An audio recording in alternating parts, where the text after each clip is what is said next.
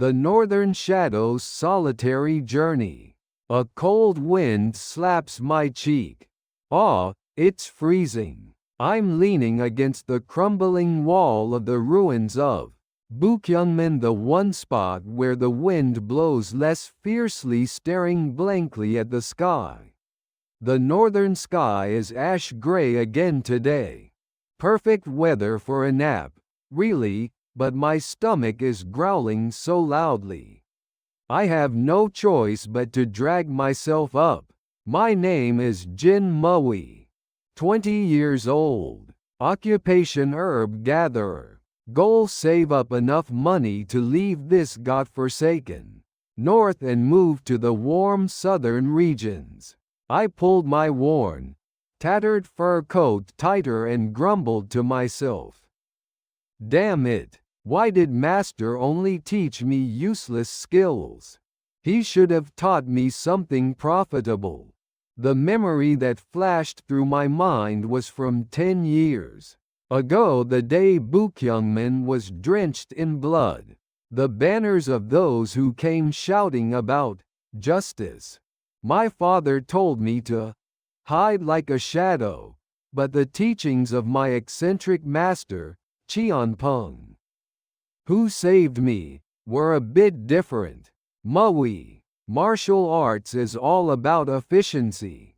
2 steps is wasteful. End your enemy's breath in 1 step. That's the beginning of the Northern Shadow one-step fist. But I reinterpreted Master's teachings in my own way. I don't even want to take 1 step.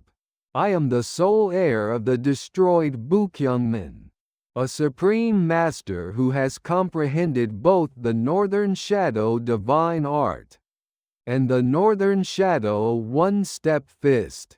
But I keep this fact perfectly hidden, living as a lazy herb gatherer who gathers herbs from the nearest mountain. As I was coming down the mountain with my herb basket slung over my shoulder, I heard a familiar scream. Ah, those bastards again.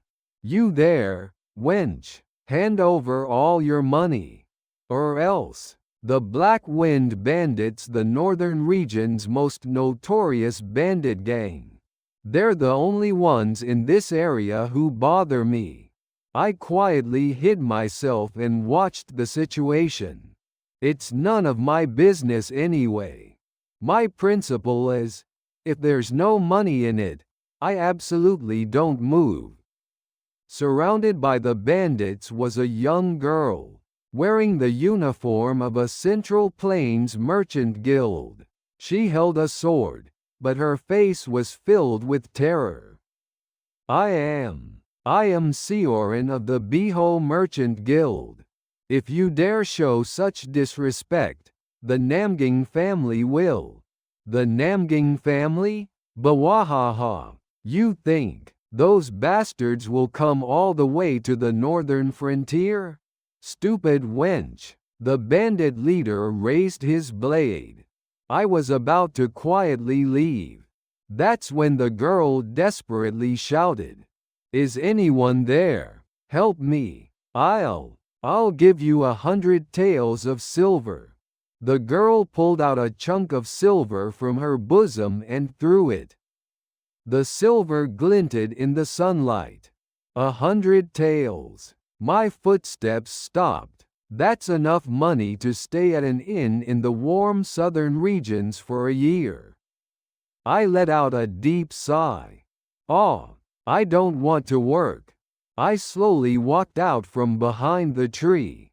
Excuse me, Mr. Bandit. The bandits and the girl's gazes all turned to me at once.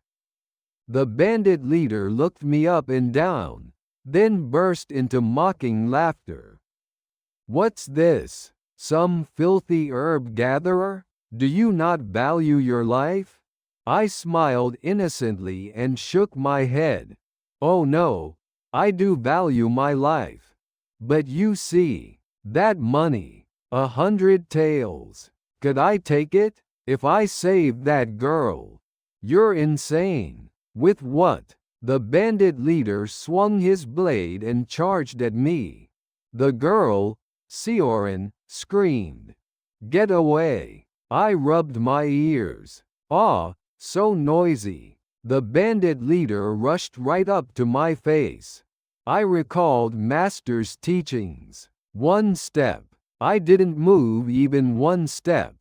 Just as the bandit leader reached out to grab me by the collar, I, accidentally, stumbled, twisting my body as if by chance. It was a basic footwork technique of the Northern Shadow divine art, but to their eyes, it probably looked like I'd just gotten lucky dodging.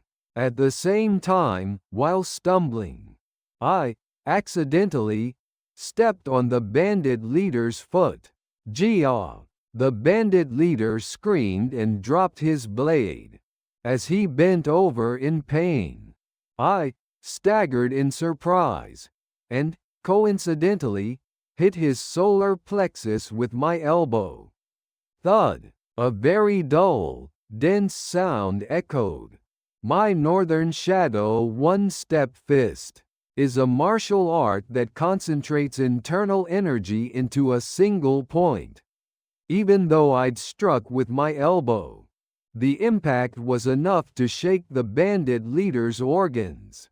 The bandit leader's eyes rolled back as he fell backward, foaming at the mouth and passing out.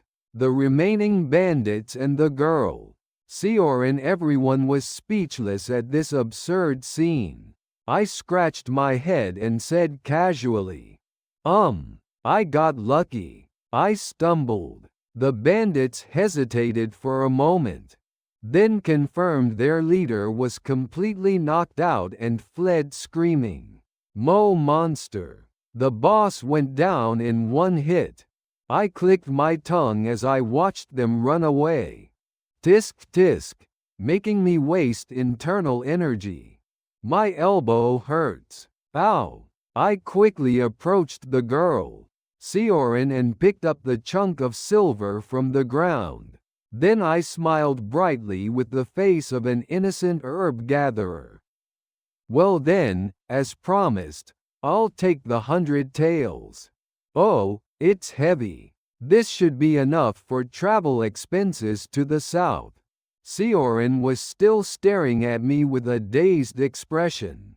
The girl named Sioran looked back and forth between me and the chunk of silver I was holding with a dazed expression.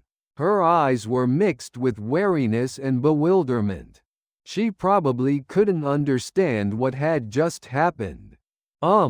Excuse me, are you all right? You're really lucky." I tucked the silver carefully into my bosom and nodded good-naturedly. "That's what I'm saying. Almost had a disaster there.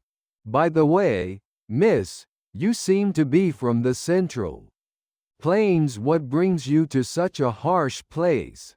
Sioran revealed her identity without lowering her guard. She was a guard of the Central Plains Biho Merchant Guild, and she'd come to the north on an important mission for the guild, but had gotten separated from her escort warriors. Having seen me, luckily, defeat the bandit leader, she seemed to be thinking of hiring me as a temporary escort. "I need to get to Namyangsheng. From what I can see, you seem to have some strength. Could you possibly escort me to Namyangsheng?" I immediately shook my head. "I hate bothersome work. No, I'm an herb gatherer. Escort work is dangerous and inefficient. The payment. I'll pay you generously. You already gave me 100 taels. I've already received my share. Well then, I'll be going." As I turned to leave, Sioran desperately grabbed my sleeve. Wait. Then how about this? During the journey to Namyangsheng, I'll provide all your meals and lodging. I'll give you food, a place to sleep, and and I'll let you ride in this cart." Sioran pointed to the cargo cart the bandits had abandoned. My eyes sparkled. Food, lodging, and a cart. Namyangsheng is at least 2 weeks away on foot. But if I ride in a cart, I won't have to walk? Yes, yes, of course. I know how to drive a horse. I seriously contemplated. If I took the 100 taels and left now, I'd be comfortable for a while. But eventually I'd have to go back up the mountain to gather herbs. But if I took that cart, I could lie down for 2 weeks without doing anything and reach Namyangsheng. Plus, she'd feed me. This is efficient. I cleared my throat and looked at Sioran.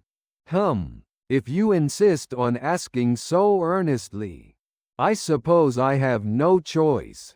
But I have conditions. I absolutely will not walk. And if anything dangerous happens, I'll be the first to run away. Sioran's expression hardened for a moment. But realizing she had no other options in this harsh northern frontier, she reluctantly nodded. Fine. Let's do that. And so began my strange journey with Sioran. I loaded my herb basket onto the cart, and sprawled out in the most comfortable spot. Sioran looked at me with disdain and grabbed the reins. "What's your name?" "I'm Sioran. Jin Mui." "Oh, and miss, drive carefully. If you wake me up, things will get very troublesome." I could see a vein bulging on Sioran's forehead, but I closed my eyes. Inside the bumpy cart, I headed toward the Central Plains. For the first time in 10 years. Of course, it wasn't by my own will. It was just because of the efficient contract of providing meals and lodging. The cart was more uncomfortable than I expected. The northern roads were rough, and the bumping was so severe. It was the worst environment for taking a nap. I lay on the straw and envisioned an efficient life in the Central Plains. Becoming the son-in-law of a wealthy merchant guild, and lounging around for the rest of my life. A perfect plan. Sioran kept glancing at me and trying to make conversation. She seemed dying to know whether I'd really defeated the bandit, through luck, or was hiding something. "Jin Mui, earlier I saw you knocked someone down with your elbow. Where did you learn something like that? Do you know martial arts?" "Martial arts? I just swung randomly and got lucky hitting him. I really hate hard work. But ordinary people can't strike so precisely. Miss, when you eat, don't you put your spoon precisely in your mouth? It's the same thing. After doing it thousands, tens of thousands of times, you learn the efficient angle. I'm just someone who wants to live somewhat efficiently." Sioran looked like she couldn't understand my words at all. She couldn't know that efficiency was the core of my northern shadow one-step fist. Master Qianpeng's voice echoed in my head. 10 years ago, at the ruins of the destroyed Bukyungmen, Master made me undergo bizarre training. "Mui, earn your keep. I hear there's a black bear living on that mountain back there. Go catch it, Master. Bears are too big. Catching it and dragging it all the way here would be too inefficient." "Shut up. Is your northern shadow a one-step fist? Just for show? If you can't finish it in one step, you'll go hungry." I grumbled and climbed the mountain. I sat in front of the bear's den for 3 hours. Fighting a bear wastes too much internal energy and stamina. I studied the bear's movement patterns to find an efficient method. Eventually, a massive black bear ambled out of its den. The bear spotted me, roared, and charged. I sighed and pulled a small pebble from my pocket. And I waited for the exact moment when the bear rushed at me. With maximum speed and force. The instant the bear raised its front paws. When its center of gravity briefly faltered, I flicked the pebble infused with internal energy. The power of the northern shadow. One-step fist could be applied not just to punches but also to throwing. Whack! The pebble struck precisely at the bear's forehead, at a tiny vital point. Unable to overcome its own momentum while charging at tremendous speed, the bear crashed headfirst into a massive tree. Boom! The bear knocked itself out cold. I tied the bear's legs with wild vines lying around. Phew! As I thought, nothing is more inefficient than fighting. Making the bear crash into the tree itself is most efficient. I dragged the unconscious bear down the mountain. Master saw this and roared with laughter. Bawahaha! Your laziness has actually surpassed the realm of the northern shadow. One-step fist. Good. That's the essence of the northern shadow divine art. Maximum results with minimum movement. I reflected on Master's teachings amid the bumping of the cart. That's right. I'm not lazy. I'm just extremely efficient. Sioran was still looking at me with suspicious eyes. Bear hunting. That's a very inefficient task, isn't it? Bear meat is tough and doesn't taste good. Excuse me? Sioran seemed to give up on conversing with me, and turned her head back to focus on the horse. Just before crossing the northern checkpoint, the atmosphere changed. The wind sound became fiercer, and Sioran's horse began whinnying anxiously. I reluctantly sat up from my lying position. Master always said you should detect dangerous energy in advance, to reduce unnecessary movement. Miss, you'd better stop. I smell something very troublesome. A troublesome smell. What do you? The moment Sioran stopped speaking, dozens of armed men appeared on both sides of the narrow mountain path. They were on a completely different level from the Black Wind bandits we'd met earlier. They wore unified black clothing with wolf fang necklaces, and their eyes were filled with cruel killing intent. Those who pass through the north must pay a toll. Are you from the Biho Merchant Guild? Put down everything you have and go. We'll spare your lives. Their leader was one-eyed, and his blade reeked of blood. They were the Black Wolf Bandits, the most cruel and vicious group known in the north. They were incomparably more skilled than the Black Wind Bandits. Sioran was terrified, but she mustered her courage and drew her sword. She seemed to feel responsibility as an escort warrior. I am Sioran, an escort warrior of the Biho Merchant Guild. In the name of the Namgang family, I command you, clear the way, or you will regret it. The one-eyed leader licked the blood on his blade and sneered. The Namgang family? Those bastards don't care about frontier wolf dens like this. A wench holding a sword, how amusing.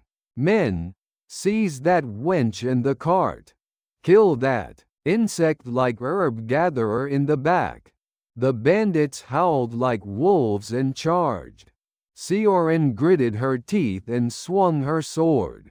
Her swordsmanship had a solid orthodox foundation. But she lacked real combat experience and was vastly outnumbered. Her sword was sharp, but the Black Wolf bandits moved like beasts, rough and unpredictable. Ha! Sioran cut one bandit's arm, but another bandit's axe grazed her shoulder. Sioran screamed and staggered. I watched this scene from atop the cart with a serious frown. It'd be bad if that girl dies. She promised to feed me and let me ride the cart to Namyangsheng. That's breach of contract. Plus, those bastards are too noisy. So much for my nap. I didn't want to fight. Fighting wastes internal energy and gets your clothes dirty. Above all, it's inefficient. But if I left things as they were, Sioran would die, and my efficient plan to reach the Central Plains would fall apart. Sioran fought desperately, but the one-eyed leader joined the fray himself. His blade was heavy and cruel. Sioran's sword clashed with his blade a few times, before shattering with a clang. She lost even her last means of defense. Sioran's face filled with despair. The one-eyed leader's blade flew mercilessly towards Sioran's neck. This is the end, wench. I let out a deep sigh. No choice. This time I'll have to move more than one step. This is troublesome, making me use 2 steps. I leapt from the cart. Just as Sioran's sword broke and the Black Wolf leader's blade flew toward her neck in that split second, I jumped from the cart. Or rather, I tumbled off. At least that's how it would have looked to Sioran and the bandits. That bastard fell from the cart. Is he insane? I used the falling shadow step of the Northern Shadow divine art, moving my center of gravity like a falling shadow. I traveled from the cart to in front of Sioran in 1 step. But outwardly, it looked like I'd tumbled from the cart, shoved Sioran aside with my shoulder, and was about to take the blade in her place. Sioran fell backward, startled by my sudden action. Danger! Sioran screamed, but I was already right in front of the one-eyed leader. The one-eyed leader was flustered, seeing me suddenly appear, but quickly redirected his blade toward my heart. His blade was thick with killing intent. I took the second step. The essence of the Northern Shadow one-step fist. Finish everything within the distance of 1 step. This time I didn't dodge. Instead, while accidentally falling, I flicked a small pebble from the ground with my toe. Ting! The pebble struck precisely against the flat side of the one-eyed leader's blade. It wasn't just any pebble. It was a bullet, condensed with my internal energy. The impact was enough to shatter the leader's wrist bone. The one-eyed leader lost his grip on the blade from the tremendous shock transmitted to his hand. His scream was filled with agony. Gia! My hand! As the leader clutched his wrist and screamed, I didn't miss the opportunity. While getting up from falling, I pretended to push myself up from the ground and lightly pressed my palm against the leader's dantian. Tap! The sound was light, but the internal energy of my Northern Shadow one-step fist penetrated his dantian and completely disrupted the flow of his energy channels. The one-eyed leader's body stiffened. He looked at me with terror-filled eyes, then collapsed to his knees. His internal energy had completely backflowed, causing him to pass out. He would never wield a sword again. Still in my fallen position, I sat on the ground holding my ankle as if in pain. Ow! I think I sprained my ankle. Aw, it hurts. Hey Mr. Leader, let's postpone the fight. Let's just get to Namyangsheng first. My leg hurts. I need treatment. The Black Wolf bandits completely froze seeing their leader, known as the strongest in the North, defeated in one blow, and by a fallen herb gatherer at that. They couldn't comprehend this bizarre and surreal situation. That bastard did it again. With luck. No, that bastard's a monster. He deflected the boss's blade with a pebble.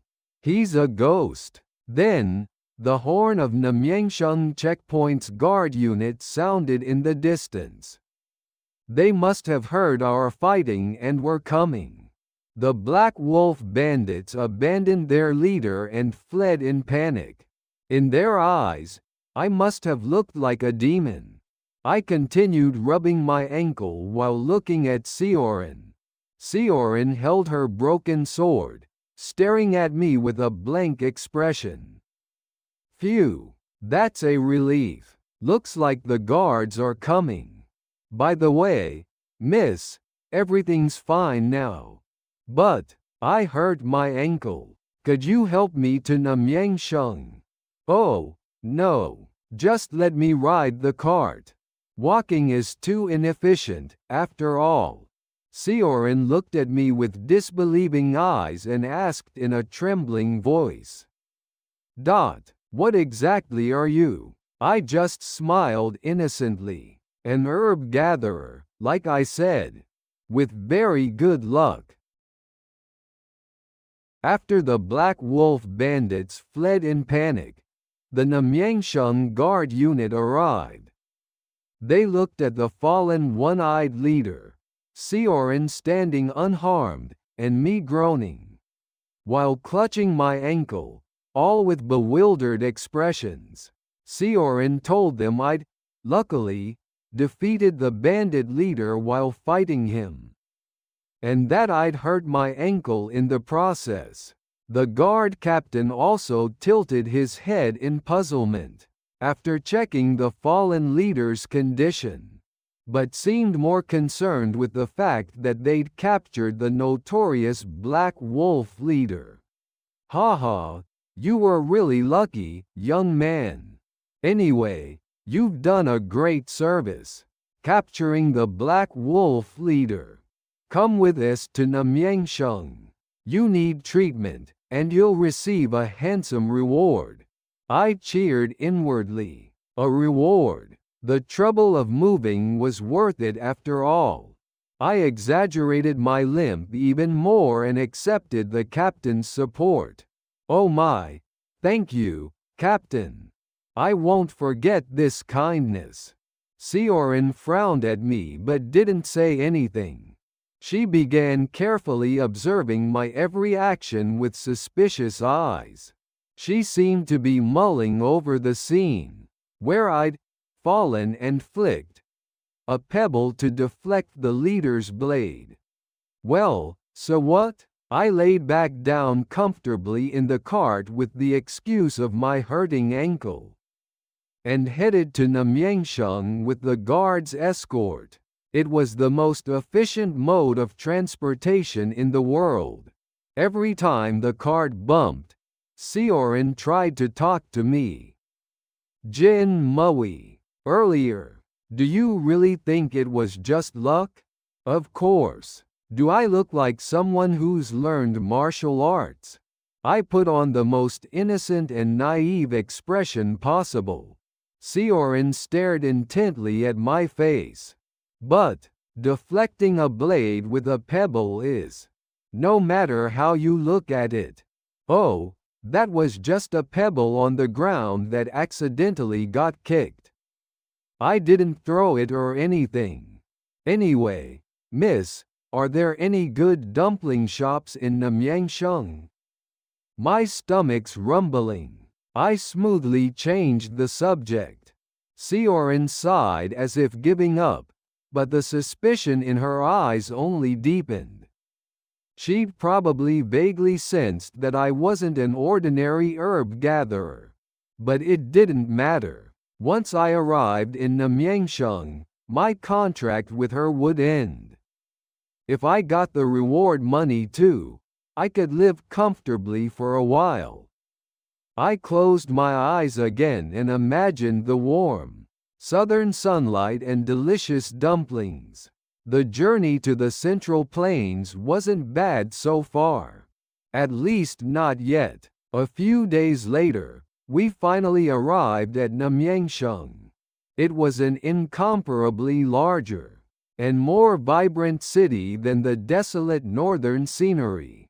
Tall walls, numerous banners, streets packed with people and carts. I widened my eyes atop the cart and gazed at the scene. Wow, I could take warm baths there, right? And there must be lots of dumpling shops. Those were my only concerns. Sioran showed a complex expression relief at arriving near her homeland after so long, mixed with unresolved doubts about me. The area in front of the gate was crowded with people waiting to enter. Thanks to the guard captain's escort, we could enter through the gate immediately without waiting in the long line. As soon as we passed through, various food smells assailed my nose, along with the clamor of noise. Ah, this is the smell of the Central Plains. I jumped up from the cart and looked around. I'd already forgotten about the pretense of hurting my ankle. Sioran let out an incredulous laugh seeing me. Your ankle seems to be all better? Oh, yes. The vibrant energy of Namyangsheng healed it automatically. As I thought, people should live in the south. Oh, look, dumplings. There's a dumpling shop. I pointed across the street to a dumpling shop. Seeing the steaming bamboo steamers made my mouth water. Sioran shook her head. The guard captain took us to the government office, handed over the black wolf leader, and issued me the reward money. My lips couldn't stop smiling at the unexpectedly generous amount. Ha ha, young man, you've truly rendered a great service. With this money, you can live comfortably in Namyangsheng for quite a while. Thank you, Captain. Well then, I'll be going. I grabbed the money pouch and immediately tried to dash to the dumpling shop. That's when Sioran blocked my path again. Wait, Jin Mui, the contract only goes this far, but we can't just part ways like this. There are things I need to know about you. I frowned. Looked like more troublesome matters were starting. There's nothing to know. I'm just a lucky herb gatherer. And now that I've received my money, I'm going south. Isn't that luck too strange? You're hiding something. The Biho Merchant Guild will also be curious about your identity. Sioran's eyes were serious. She seemed to feel not just curiosity but unease.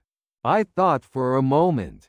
Parting ways now would be comfortable, but given her personality, she'd likely keep bothering me. In that case, fine. I'll give you exactly 1 day. If you take care of dinner tonight as well, I might tell you one of my secrets. I made the proposal with the most arrogant expression I could muster. Of course, I had no intention of actually revealing any real secrets. I was just planning to mooch a good dinner. Sioran hesitated for a moment, then finally nodded. All right, but no lying. I cheered inwardly, as I thought, the most efficient thing in the world is a free meal.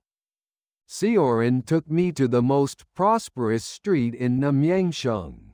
She found a Biho Merchant Guild contact point to report her safe arrival, and seemed to file a strange report about me.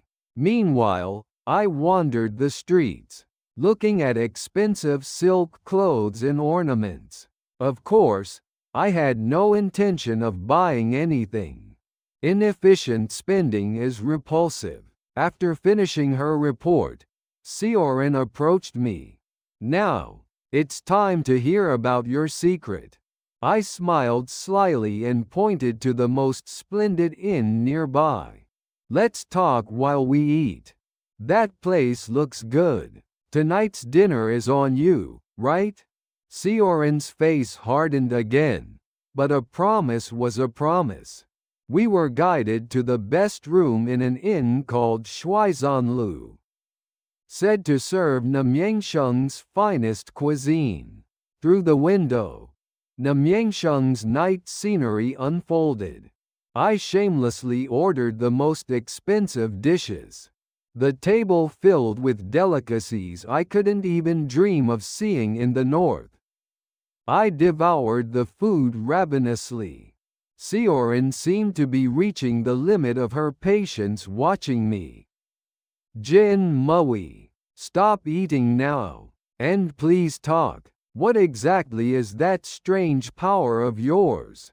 Are you a master, hiding your martial arts skills in the north? I wiped the grease from my mouth and put on a serious expression. Miss, there are many inexplicable things in this world. For example, why I'm so handsome, why I'm so lucky. Even I don't know. It's just innate. Stop joking around. Sioran slammed the table. I shrugged and picked up a chicken leg. I'm serious though. My master always said, if you try to understand the principles of the world, you'll just get a headache. Just accept them and live as efficiently as possible. I'm just following that teaching. Who exactly is this master? Well, just some eccentric old man who was passing by. He really loved drinking. One day he suddenly appeared, took me in, taught me some useless skills, and then disappeared just as suddenly. I mixed truth and lies cleverly. It was true that master was eccentric and loved drinking, but saying the skills he taught me were useless was an obvious lie. Sioran was confused about whether to believe my words. She felt traces of a master in my every action. But my words and attitude were too naive and lazy. Then, even defeating the Black Wolf leader was really just luck? Of course. I just happened to fall where there was a pebble.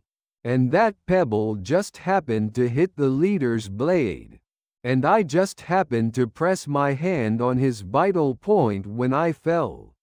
That's called heavenly luck. I lied shamelessly. Sioran realized she couldn't extract the truth from me and let out a deep sigh. In the end, she just bought me an expensive dinner. I understand. I won't ask anymore. But Jin Mui, you're definitely not an ordinary person. Someday I'll see your true self. I just smiled and popped the last remaining dumpling into my mouth. Who knows? I just want to be a wealthy idler. After filling my stomach at Shuizanlu, I demanded the most expensive room. Sioran looked miserable but kept her promise and got me a top-class room. I soaked in hot water, and, for the first time in 10 years, enjoyed efficient rest. The next morning, Siorin came to find me. She had to return to the Beho Merchant Guild headquarters, and handed me the additional payment she'd promised. This concludes our contract. Jin Mui. Please, take care of yourself. Don't worry. I avoid dangerous situations on my own. That's most efficient. Well, safe travels. If you need an escort again next time, I'll charge very expensively. Siorin let out a hollow laugh and turned away without hesitation. I jingled my now heavy money pouch and hummed a tune. Now what should I do with this money? I'd secured travel expenses to go south, so I thought I'd laze around Namyangsheng for a while. I left the inn and wandered the market. I bought tasty snacks and looked at interesting items. Then, I heard a commotion. People murmured and cleared the way. A group of young warriors in flashy clothing were arrogantly strutting down the street. At their waists hung plaques engraved with the character, Namgang. They were from the Namgang family. At their front was a young man, who appeared around my age, looking particularly arrogant.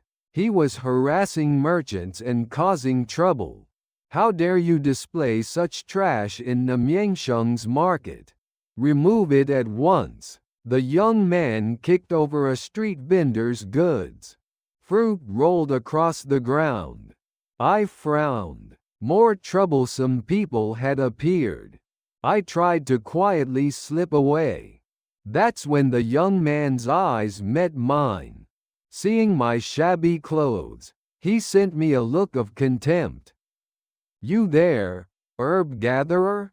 The dirt smell coming from you offends me. Get lost now. I sighed. Why do troublesome matters always find me? I pretended not to hear and tried to walk away. Then two of the young man's subordinate warriors blocked my path. You bastard! Didn't you hear the young master's words? Young master? Could this be a relative of Namgang Chol, whom Siorin had mentioned, and whose pressure point I'd struck to paralyze? Or, had the paralysis already worn off? No. Judging by how deeply I'd pressed the pressure point, it should have lasted at least 3 days. The young man became even more arrogant as I stopped. Kneel and apologize, and I'll forgive you. I'll teach this northern bumpkin the manners of the Central Plains. I thought to myself, do I have to move again? How inefficient. I, accidentally, stumbled as if I had no choice, and, coincidentally, fell toward the young man's feet. While falling, I, mistakenly, grabbed and released his ankle for just a moment. The young man screamed and tumbled to the ground. His ankle was bent at a grotesque angle. The young man, who appeared to be the Namgang family's young master, clutched his ankle and screamed. His subordinate warriors were flustered and didn't know what to do. I got up naturally from where I'd fallen. Oh my, I'm sorry. I stumbled. Are you all right, young master? The young man's face contorted with pain and rage as he glared at me. You bastard! How dare you! You did that on purpose. Me? Oh, surely not. As you can see, I'm a powerless herb gatherer. You just had bad luck. I shrugged and looked at his subordinates. Hurry and help the young master get to a physician. Looks like the bone's broken. The subordinates supported the young man and hastily left. They glared at me but didn't dare attack. Probably because they couldn't judge whether I'd really, accidentally, broken the young master's ankle? Or was a master beyond their imagination? I resumed walking as they disappeared. The surrounding merchants and onlookers murmured, "Did you see that? That herb gatherer," without lifting a finger. "The Namgang family's young master. It's uncanny. That bastard is no ordinary person. Could he be that rumored one-strike demon?" One-strike demon? Ah, was that the absurd nickname that came from Namgang Chol? I smiled bitterly. I wanted to live quietly, but I kept getting tangled in troublesome matters. I tried to continue touring the market, but my mood was already spoiled. I decided to return to the inn. On the way back, I passed by the Biho Merchant Guild's contact point. Sioran wasn't visible, she must have already left. But I heard guild warriors gossiping inside. "Did you hear? The Black Wolf leader was captured. And apparently some lucky herb gatherer defeated him. That's impossible. That one-eyed wolf was such a cruel bastard. But Miss Sioran saw it herself. But that herb gatherer's whereabouts are mysterious." I quietly passed by. My lucky exploits seemed to be already spreading through Namyangsheng. And with the Namgang family incident just now added on, the one-strike demon rumor would only grow. I returned to my room and flopped onto the bed.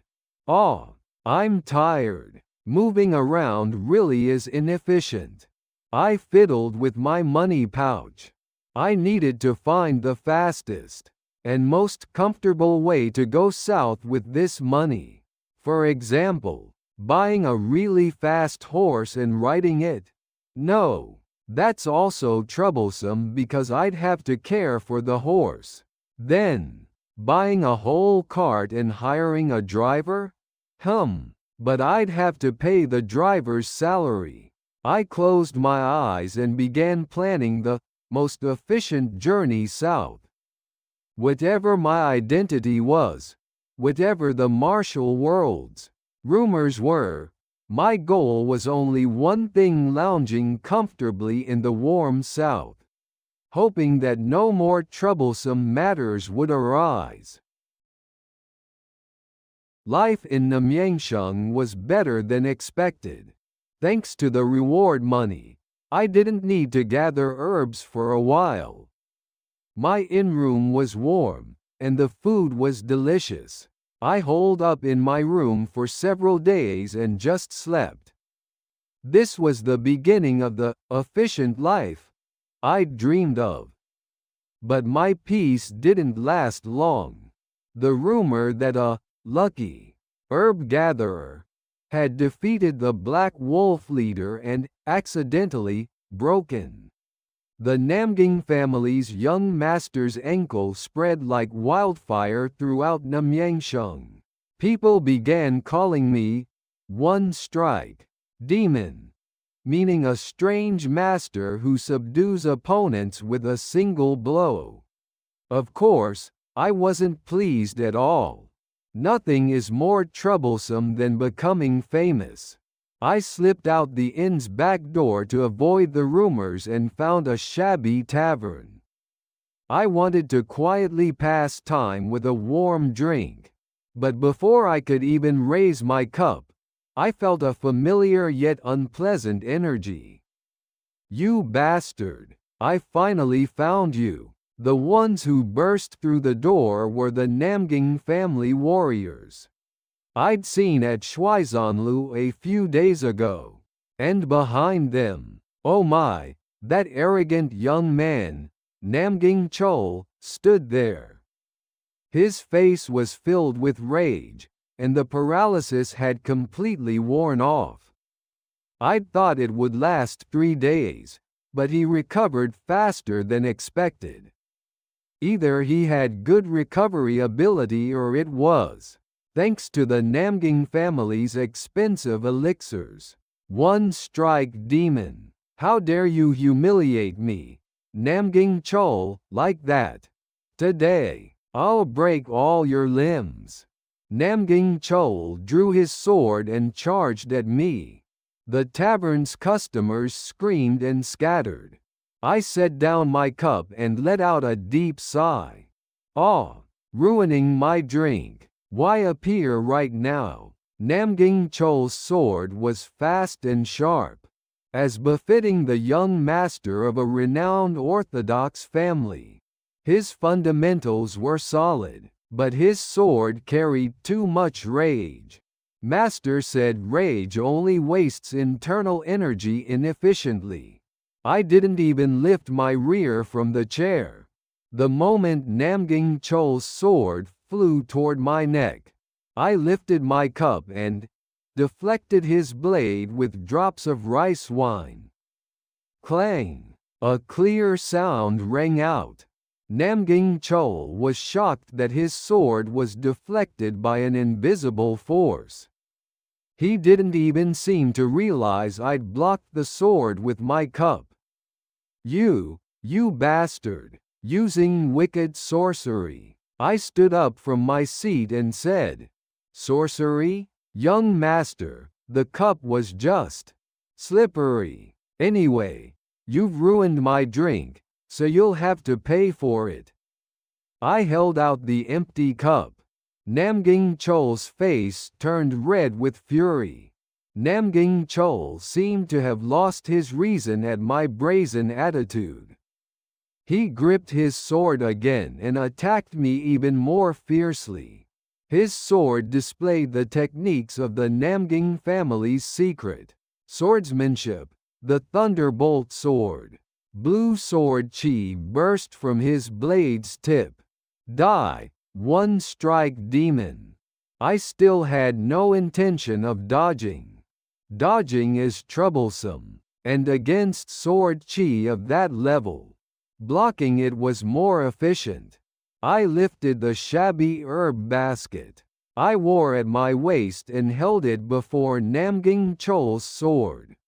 The basket was woven from tough northern vine stems, but it wasn't meant to block sword chi. Crack! The basket naturally shattered, but in that moment, I scattered in the wind, the dried herb powder remaining in the basket toward Namgang Chol's face. It was poisonous herb powder from the north that stings the eyes.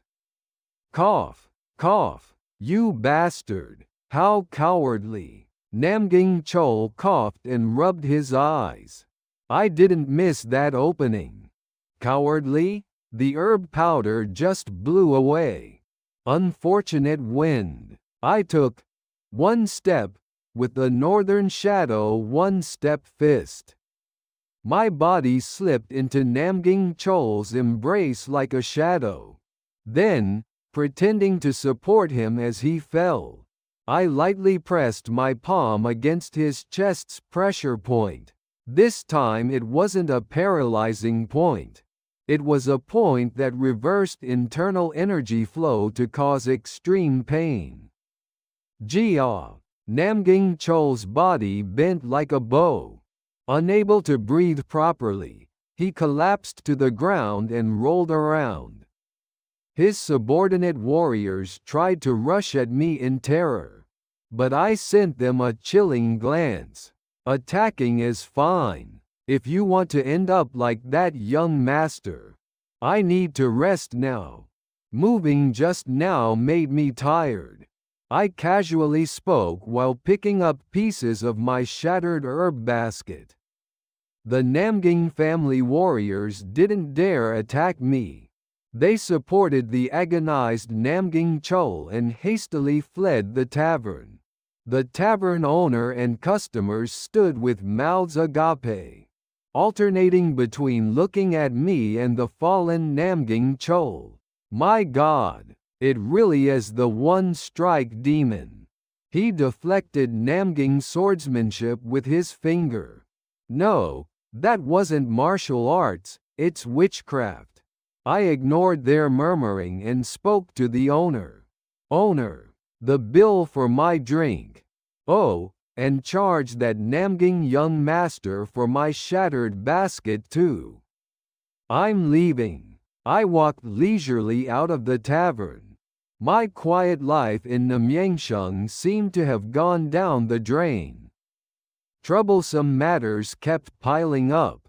After the tavern incident, rumors about the one-strike demon spread uncontrollably. The story that I'd blocked the thunderbolt sword with a cup and subdued Namging Chol with herb powder became Namyangsheng's hottest topic, with all sorts of exaggerations added. Some said I was an immortal who descended from the north. Others said I was a hidden assassin from the demonic cult. Of course, I was just a lazy herb gatherer.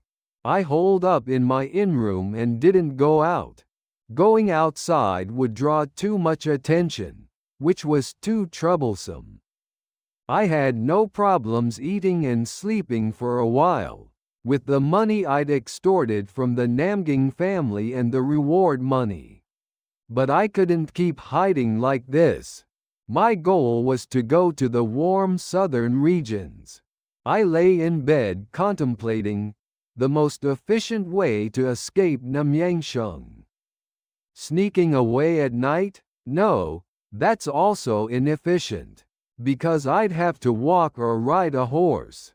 Then, knock knock, someone knocked on the door. I pretended not to hear. Knock knock knock. Jin Mui, I know you're in there.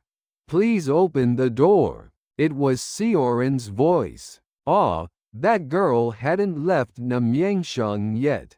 I reluctantly got up and opened the door. Sioran looked at me with a worried expression. Jin Mui, are you all right? The Namging family people are in an uproar looking for you. I heard the young master was gravely injured. Injured? I just pressed a slightly painful pressure point for him. He'll be fine after resting a few days. Is that what you call talking? The opponent is the Namging family. Don't you value your life? Sioran clutched her chest as if frustrated. I looked at her and asked, so, what does the Biho Merchant Guild plan to do with me? The guild will get caught in the crossfire because of me.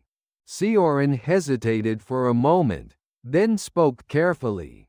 The guild master said, to keep a close eye on you. He judged that your strange power could either help or harm the guild. I snorted inwardly. In the end, they were scheming to use me. As expected, Central Plains folk are quick to calculate. I have no intention of getting involved in guild matters. I'm just going south. It's dangerous alone. The Namging family won't leave you alone. Rather, if you move with our guild. I firmly rejected Sioran's proposal. No, I'm comfortable alone. And the Namging family? If they bother me, it won't end with just one step next time. My eyes briefly turned cold. Sioran instinctively stepped back, feeling the killing intent flash in my gaze. She seemed to realize once again that I wasn't just some eccentric. After Sioran left, I lay back down on the bed, a way to go south while avoiding the Namging family's pursuit. The most efficient thing would still be to hide and lay low. But I couldn't stay at the inn forever. A few days later, an unexpected person came to find me. It was Namging family warriors. But they hadn't come to attack me. Their attitude was surprisingly polite. One strike demon, sir. Our young master, Namging Chol, wishes to meet you. I was dumbfounded. Namgying Chol, who I'd struck twice and even made suffer extreme pain, wanted to meet me. I couldn't understand his scheme. No, I'm busy. I need to nap. I tried to close the door. The warrior spoke urgently. The young master said he would give great compensation. He's prepared 100 gold taels. 100 gold taels. Not silver taels, but gold taels. Enough money to idle away for life in the southern regions. My ears perked up. What does he want to meet about? The young master said he was deeply impressed by your martial arts and wishes to apologize formally and request your teachings. Teachings? From me? To that arrogant Namgying young master? Something was strange, but the mention of 100 gold taels made me eventually nod. Fine, but I have a condition. The young master must come here himself. I hate walking. The warriors were briefly flustered but soon agreed and withdrew. I smiled inwardly. Teachings. Should I teach him the most efficient way to annoy people? Shortly after, Namgying Chul entered my room supported by his subordinates. His face was still pale, but his eyes held strange reverence instead of anger. He bowed deeply to me. One strike demon, sir. Please forgive my previous rudeness. I, in admiration of your miraculous martial arts, have shamelessly come to find you. I reclined in my chair and looked at him. So, did you bring the 100 gold taels? Namgying Chol's facial muscles twitched briefly, but he handed me a gold chest from a subordinate. I opened the chest, confirmed the gold ingots, and smiled with satisfaction. Good. Then, what do you want to learn? The efficient way to annoy people? Or, how to collapse in one blow? Namgying Chol didn't yield to my joke and spoke seriously. Sir, that power of one step, I want to know it. If you grant me teachings, I will protect you in the Namgying family's name. Namgying family protection? I snorted, but his proposal wasn't bad. Under Namgying family protection, I might be able to go south without troublesome pursuit. Plus, I'd received 100 gold taels. I pretended to contemplate for a moment, then spoke. Fine, but my teachings are expensive. And very harsh. Be prepared, young Master Namgying. Namgying Chol's eyes lit up. Thinking about teaching him my efficient martial philosophy already made me laugh. After that day, a strange master-disciple relationship began between Namgying Chol and me. Of course, I'd never accepted him as a disciple, but Namgying Chol politely called me master and followed me. I decided to teach him the essence of the Northern Shadow one-step fist. Of course, it wasn't the real secret technique. Now, young Master Namgying, the core of my martial arts is efficiency, achieving maximum effect with minimum movement. To do that, you must first learn how not to move. I made Namgying Chol stand in the inn courtyard and maintain a motionless posture until sunset. Master, what kind of training is this?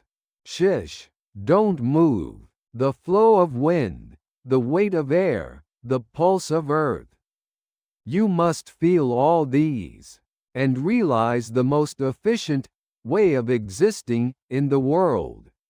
This is the first step of the Northern Shadow one-step fist. Of course, it was all nonsense.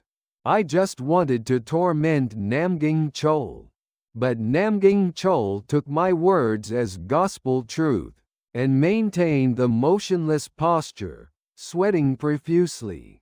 I could barely hold back my laughter at his earnestness. My teachings continued for several days. I taught Namgying Chol the most efficient way to breathe, the most efficient way to eat, and even the most efficient way to sleep. The core of all teachings was, don't move, relax your strength, be as lazy as possible. Namgying Chol was initially puzzled, but as time passed, he began believing there was profound meaning in my teachings. Influenced by my efficiency philosophy, he started reducing unnecessary movements and learning to concentrate his internal energy into a single point on his own. Surprisingly, his swordsmanship became much more concise and sharper than before. Master, I understand. All power must be concentrated into one point. Unnecessary movement is just a waste of internal energy.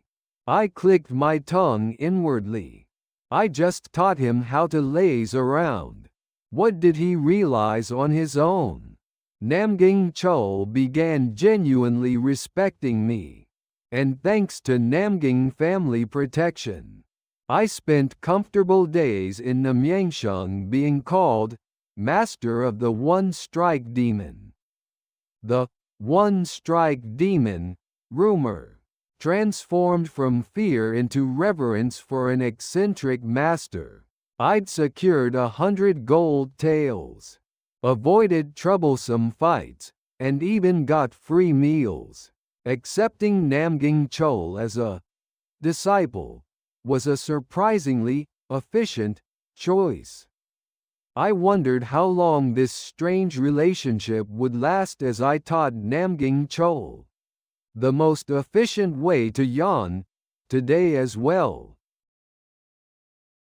The strange master-disciple relationship between Namgying Chol and me became Namyangsheng's greatest spectacle. The sight of the arrogant Namgying family's young master calling me dressed in shabby herb gatherer clothes, master, and serving me respectfully was bizarre to anyone watching. I still idled away at the inn, and Namgying Chol came to find me every morning to request teachings. Master, what efficient training should I do today? I yawned and waved my hand dismissively. Today, research the most efficient way to take a nap. Completely relax your body's energy, concentrate on each breath, and so on and so forth. I just made up whatever came to mind. But Namgying Chol listened to my words with sparkling eyes. I understand. Complete relaxation of energy, unity with one's breath. This must be the hidden secret of the Northern Shadow One-Step Fist. Namgying Chol dashed out to the courtyard and actually began meditating in a napping position. I was astounded by his earnestness.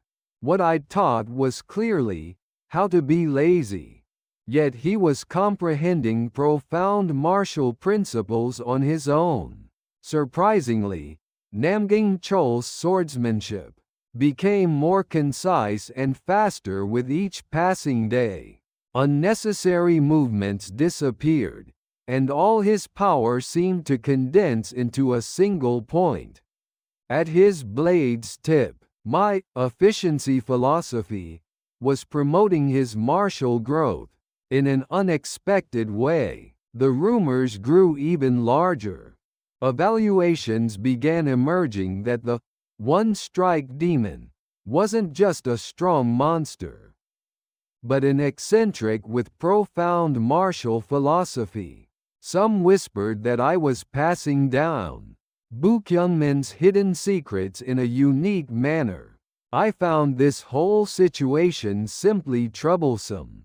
But thanks to Namgying Chol, I received the Namgying family's protection and secured 100 gold taels. So there was no real loss. I ate the finest refreshments Namgying Chol brought while watching his efficient nap training. Your posture is still inefficient. You need to lie down more comfortably, I muttered while correcting his posture.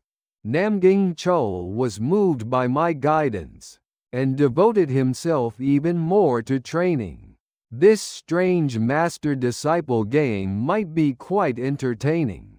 Of course, only until it became troublesome.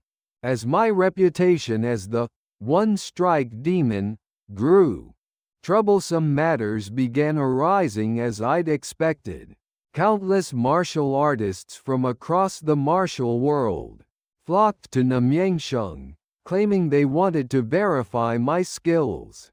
The inn's entrance became crowded daily with those wanting to challenge me. One-strike demon, duel with me. I need to see just how great your energy cultivation is. I locked my door and lay in bed, ignoring their shouting. Fighting is inefficient, especially fighting with no money involved. But the challengers were persistent. They threatened the innkeeper and tried to sneak into my room at night. I hated having my sleep disturbed more than anything in the world. One night, 3 masked assassins broke through my window and leapt into my room. I pretended to be asleep with my eyes closed. Is that bastard the one-strike demon? He sleeps more ordinarily than expected. Don't let your guard down. His energy cultivation is unpredictable. The moment they approached me, I accidentally flicked the clothesline I'd left beside my bed with my toe. Whoosh! The clothesline flew at an exquisite angle and precisely wrapped around all 3 men's ankles. Gee, they screamed as they tangled together and fell. One knocked his head against the wall while falling and passed out, while the other 2 cut their arms and legs on each other's blades. I muttered with my eyes still closed. Too noisy to sleep. There are too many rude bastards these days. The 2 surviving assassins staggered out the window in terror. The next morning, ominous rumors spread around the inn. The one-strike demon subdues opponents even in his sleep. His room is full of invisible traps. The challengers increased further, but now no one dared invade my room. They waited for me outside the inn, targeting me when I went out. Whenever I went out, I deliberately chose crowded market paths. And when challengers tried to approach me, I accidentally stumbled to bump into people in front of me. Or, mistakenly, dropped objects to tie up their feet. My mistakes and coincidences always occurred at exquisite timing. And the challengers fell without even properly engaging me. New rumors added to the martial world to challenge the one-strike demon. You need heavenly luck. He uses strange sorcery to win without fighting. My reputation grew increasingly bizarre. I'd merely avoided troublesome fights. As rumors about me grew, Seorin seemed increasingly confused. She didn't return to the Biho Merchant Guild headquarters, instead staying in Namyangsheng to observe my every move. She constantly suspected whether I truly navigated all situations through luck, or was a master beyond imagination. I felt her gaze but pretended not to notice. She wasn't someone who would harm me, and above all, she was a good contractor who bought me free meals. I occasionally took her around to tour Namyangsheng. Of course, my real intention was to ride in a cart because I hated walking. One day, we found a scenic lakeside on Namyangsheng's outskirts. I leaned against a rock under warm sunlight and tried to nap. Sioran sat beside me and quietly asked, "Jin Mui, are you truly happy?" I half opened my eyes and looked at her. Happiness? Well, just, if you're well fed and warm without troublesome matters, isn't that happiness? But you have such strong power yet. Why hide it? If you wanted, you could make a name for yourself in the martial world. Or even avenge the people of Bukyungmen who died unjustly. Sioran's eyes were serious. She seemed to have vaguely sensed my past. I was silent for a moment. Revenge. It was too inefficient an emotional expenditure. Master said if you're bound by revenge, you can't pursue true efficiency. Miss, a name in the martial world? Grudges? Those things are all pointless. What's important is today's lunch menu. Is there a good fish restaurant nearby? I smoothly changed the subject again. Sioran lowered her head, seemingly disappointed by my answer. You take your power too lightly. Don't you know that power comes with responsibility? Responsibility. Nothing is more troublesome than that. I closed my eyes again. Sioran wouldn't understand my true self. My laziness wasn't simply personality, it was my martial philosophy and survival method. Minimum movement, minimum relationships, minimum responsibility. That was the efficient life I pursued. But Sioran's words created small ripples deep in my heart. Really, was this all right? Was revenge truly only inefficient? I tried to ignore that question and fell asleep. One day during my peaceful days in Namyangsheng, Sioran came to find me urgently. She said urgent contact had arrived from the Biho Merchant Guild headquarters. Jin Mui, the guild master, urgently summons us. Something big seems to have happened at the guild. I frowned as if annoyed. Our contract ended. Guild matters have nothing to do with me. But the guild master said he needs your help. He promised very generous compensation. 1,000 gold taels. 1,000 gold taels. An amount on a completely different level from the 100 taels I'd received from Namgying Chol. With this money, I could buy a small house in the southern regions and have plenty left over. My ears perked up again. What's the matter? We'll have to go to know the details. But it seems related to transporting an important item for the guild. Most of the escort warriors were defeated, and they need someone trustworthy. I contemplated briefly. 1,000 gold taels was certainly attractive. But important item and escort warriors were defeated clearly meant a very troublesome and dangerous job. No, dangerous work is inefficient. My life is most precious to me. But, however, if that item is very light, the transport route is very comfortable. And we can eat lots of delicious food along the way. I might consider it. I presented my efficient conditions. Sioran looked incredulous. but the guild's situation seemed very urgent.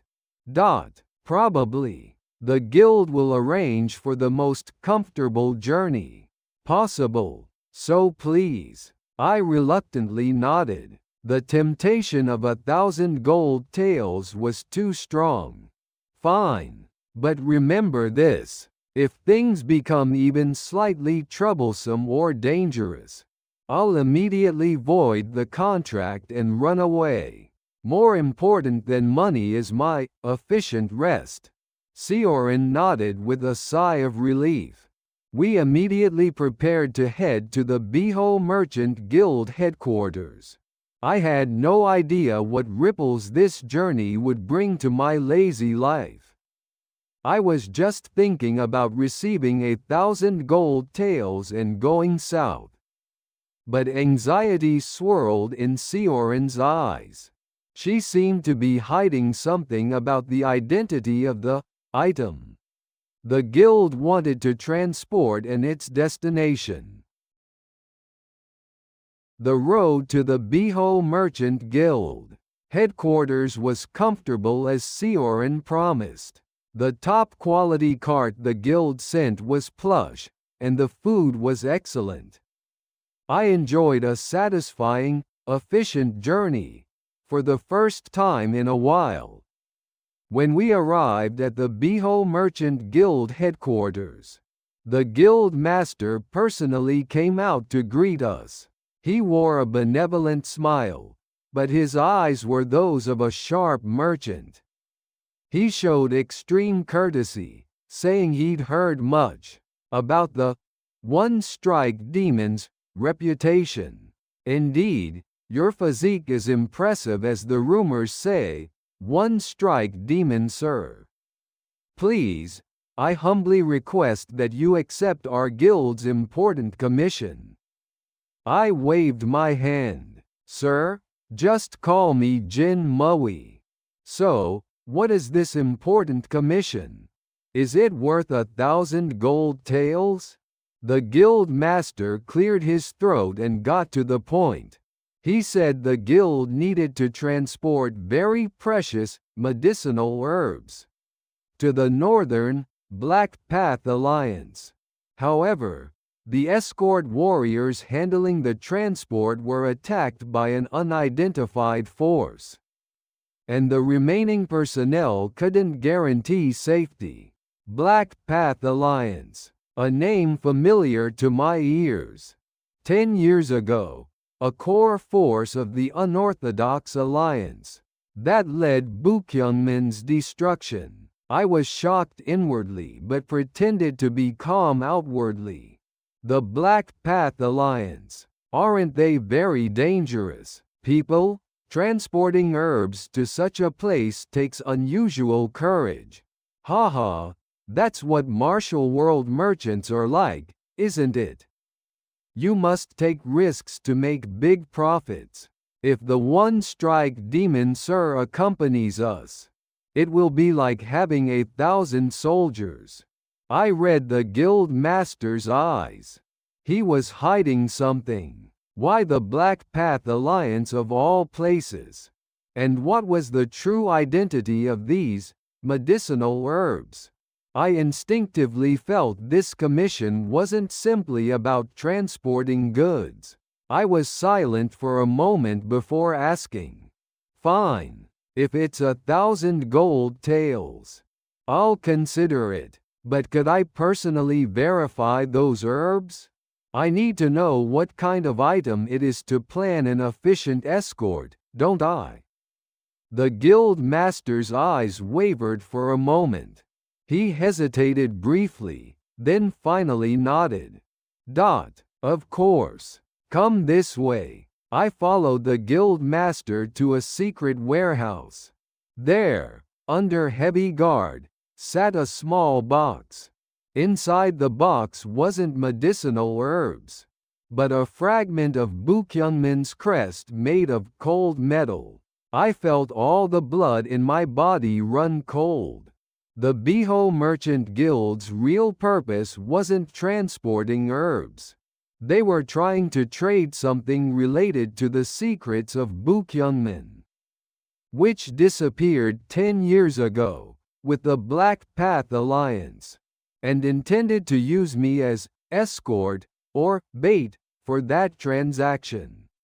I suppressed my cold fury and looked at the guild master. Guild master, these herbs look very precious. We'll need to be especially careful during transport. My voice was as lazy as usual, but it contained chilling killing intent.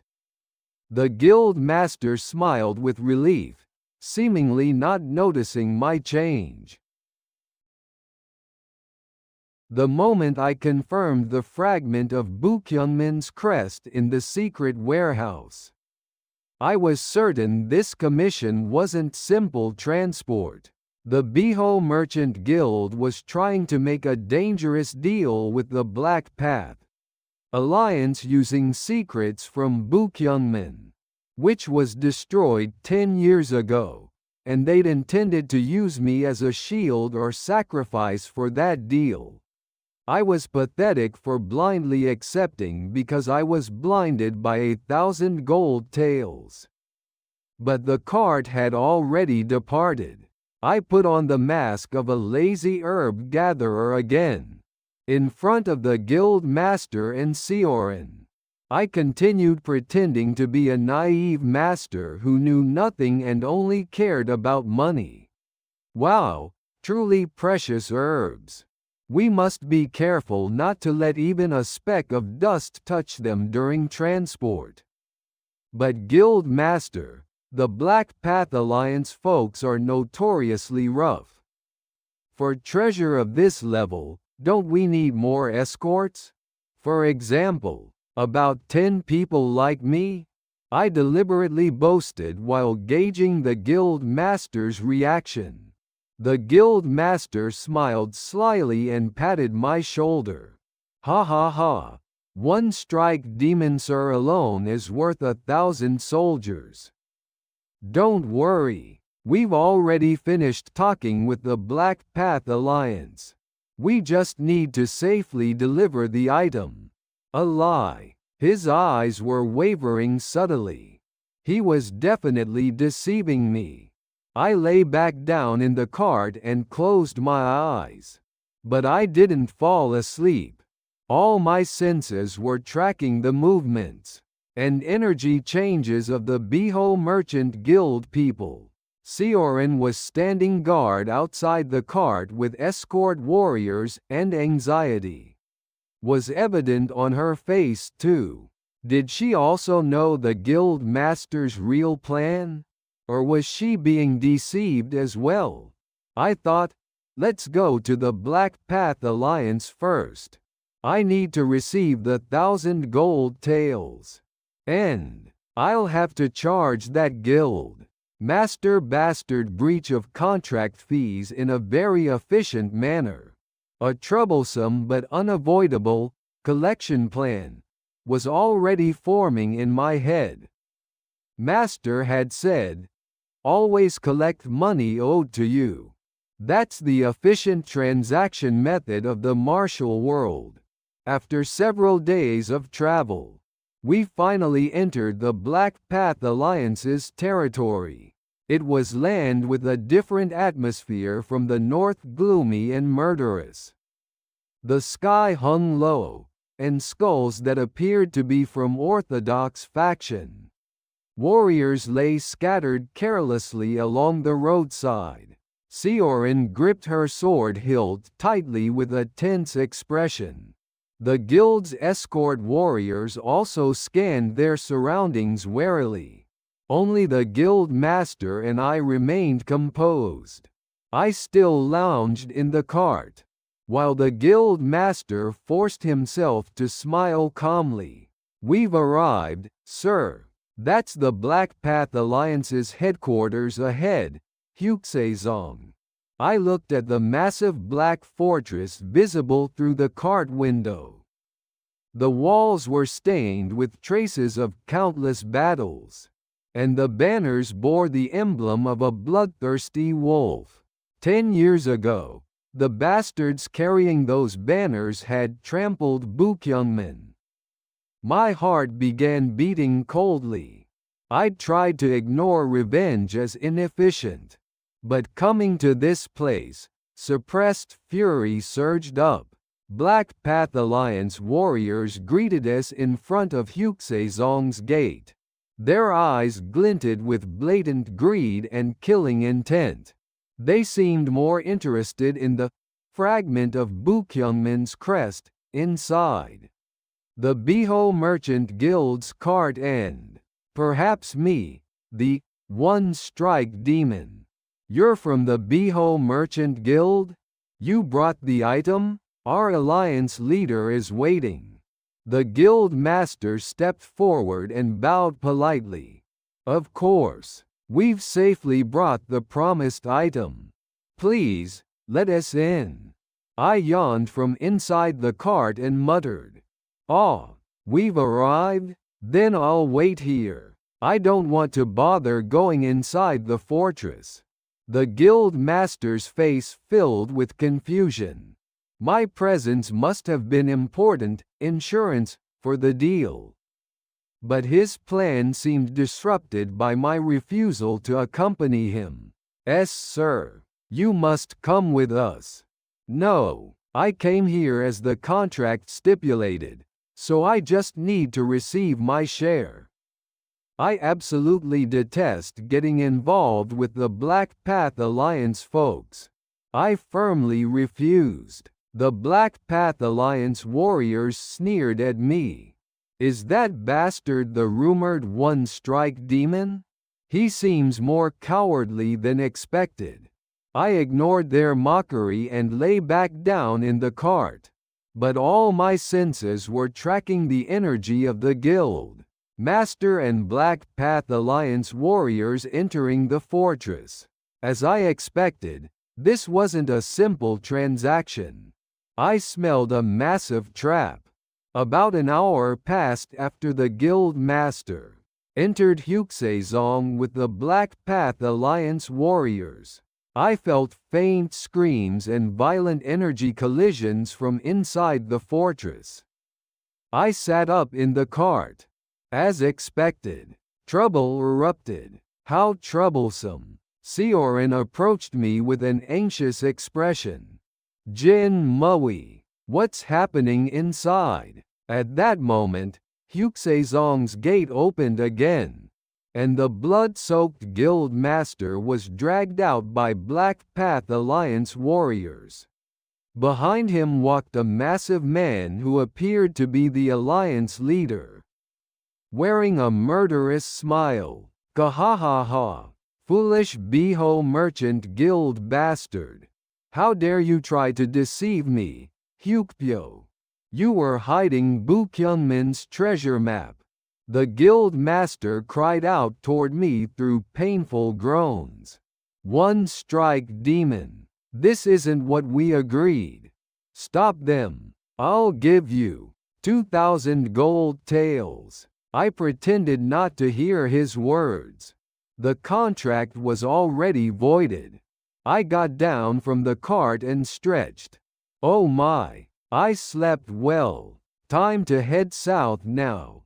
I calmly collected my belongings from the cart.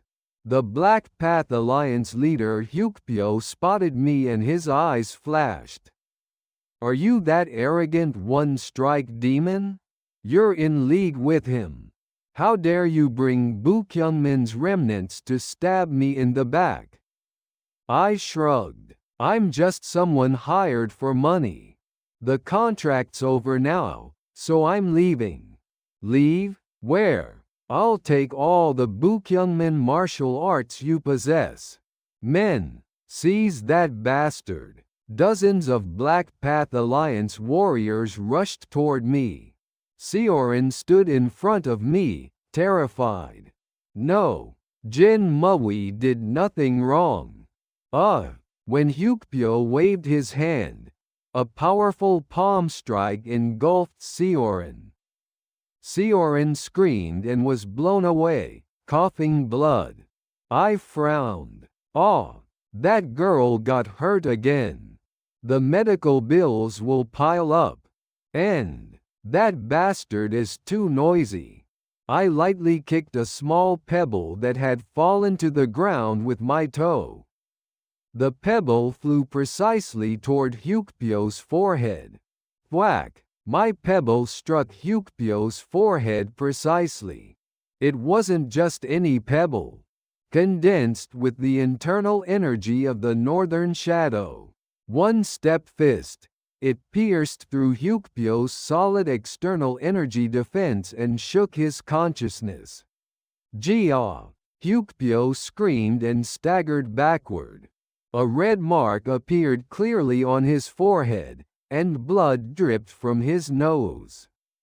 The Black Path Alliance warriors stopped moving in shock, seeing their alliance leader taken down by a single pebble. I approached fallen Sioran and checked her condition. Fortunately, her internal injuries weren't deep, but she was unconscious. I pulled an emergency herb pill from my bosom and put it in her mouth. Tisk tisk. That's why you shouldn't rashly step forward. I'm billing you for medical expenses. I moved Sioran into the cart to lie down. Then I turned toward Hyukpyo, who'd regained consciousness. Fear and rage mixed in his eyes instead of his previous arrogance.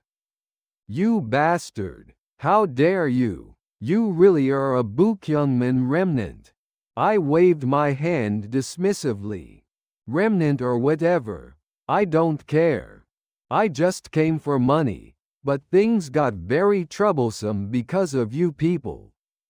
First, you'll pay medical expenses for that girl. Second, you'll pay the 1,000 gold taels that Biho Merchant Guild bastard promised on their behalf. Third, I pointed to the Black Path Alliance warriors surrounding us. You people are too noisy. You disturbed my sleep. That's a very grave offense. Hyukpyo burst into laughter at my absurd demands, as if incredulous. You're insane. You'll face our entire Black Path Alliance alone. Alone? No, I hate fighting. I'm just going to make all of you come within one step. I drew up the energy of the Northern Shadow one-step fist. A black shadow aura faintly rose around my body. Hyukpyo felt instinctive fear from the overwhelming power emanating from my energy. Revenge is troublesome, but if you don't pay, it's a different story. I sensed the time had come to make those bastards, who trampled Bukyungman 10 years ago, pay the price. It might differ slightly from Master's teachings, but this would be efficient revenge. Hyukpyo hesitated momentarily under pressure from my aura, but trusting his dozens of subordinates, he gave the attack order again. Everyone attack! Kill that bastard! The Black Path Alliance warriors charged at me with battle cries. I stood still in place. Following Master's teachings, I had no intention of moving more than one step. Just before the warriors' blades and spears touched my body, I activated the true power of the Northern Shadow one-step fist. One step. Very slowly, I took just one step. But that one step wasn't simple movement. My footstep condensed with internal energy created a wave through the ground. And that wave precisely struck the lower body pressure points of all Black Path Alliance warriors charging toward me. Gia! My legs! Dozens of warriors simultaneously screamed and collapsed to the ground, clutching their legs and writhing. Their legs weren't broken or paralyzed. They'd simply completely lost strength. temporarily due to my internal energy wave. They looked up at me in terror. Hyukpyo staggered backward as if unable to believe the scene before his eyes. His subordinates had been neutralized in a single step without any resistance. I walked slowly past the fallen warriors toward Hyukpyo. My footsteps must have sounded like death to his ears. Now, let's settle accounts, Alliance leader. Medical expenses, 1,000 gold taels, and the price for disturbing my sleep. Hyukpyo dropped his weapon and knelt in terror. SP, spare me. I'll give you any amount of money. I'll tell you everything about Bukyungmin's secrets. I stood before him. My eyes held no emotion whatsoever. I'm not interested in secrets. I just want to receive money and live quietly. Everything became troublesome because of you. So you'll have to take responsibility. I raised my hand and pressed the pressure point on Hyukpyo's forehead. I extracted information related to the truth of Bukyungmin's destruction 10 years ago from his memories. Then I completely sealed his internal energy, so he could never appear in the martial world again. That's done. As for the money, receive it from that fallen guild master bastard and send it to me.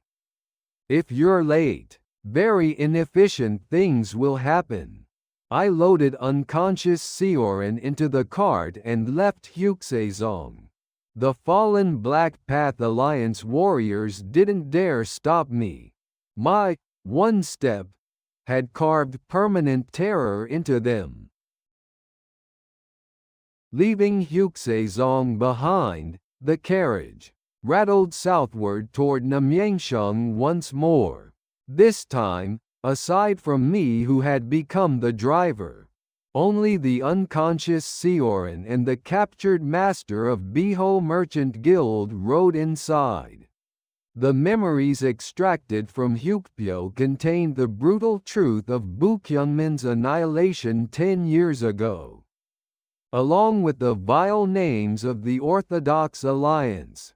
Revenge. I had tried to dismiss it as a bothersome and inefficient emotion. But those memories stirred the shadow sword writhing deep within my internal energy. I stopped the carriage and shook the merchant master awake. He looked at me with terror-filled eyes. Ilgwanma, Senior, please spare me. I extended my hand. 1,000 gold taels. The promised payment. Hand it over now. I believe you said 2,000. Well, I'll just take 1,000. I'm generous, after all. The merchant master pulled out a gold promissory note from his chest with trembling hands and handed it to me. His eyes were filled with resentment and fear. This is all I have. Please, just my life. I don't need your life. That would be inefficient. However, when you return to Namyangshung, don't go blabbering about me. Especially about anything related to Bukyungmin. My gaze flashed coldly. The merchant master nodded frantically in terror. I kicked him out of the carriage. Find your own way back. And to Miss Seorin, make sure you tell her I saved her. I climbed back into the carriage and took the reins. Just then, I heard Seorin groaning from inside the carriage. It seemed she had woken up. I hesitated for a moment. How should I explain this to that young lady? Actually, I'm a supreme master. But I extorted your merchant master for money? Too complicated and inefficient. Seorin staggered out of the carriage. She looked around, then saw me and the merchant master, abandoned on the desolate road, and was shocked. Mr. Jin Mui. What happened? The merchant master. I replied nonchalantly. Ah, that man? He got all his money squeezed out by those Hukdameng bastards. And said he'd find his own way back.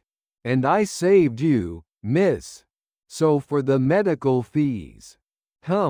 I'll just take 10 gold taels. I made the most innocent and simple-minded expression I could manage. Sioran looked utterly incredulous, but having been unconscious, she had no way of knowing what had happened. She could only look back and forth between me and the merchant master with confused eyes. I urged her on. Come now, let's board. We still have far to go to reach Namyangsheng.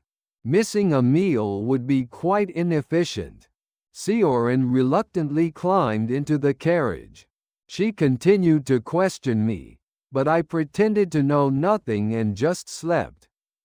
Sometimes, the truth is more inefficient than silence. The atmosphere in the carriage on the way back to Namyangsheng was awkward.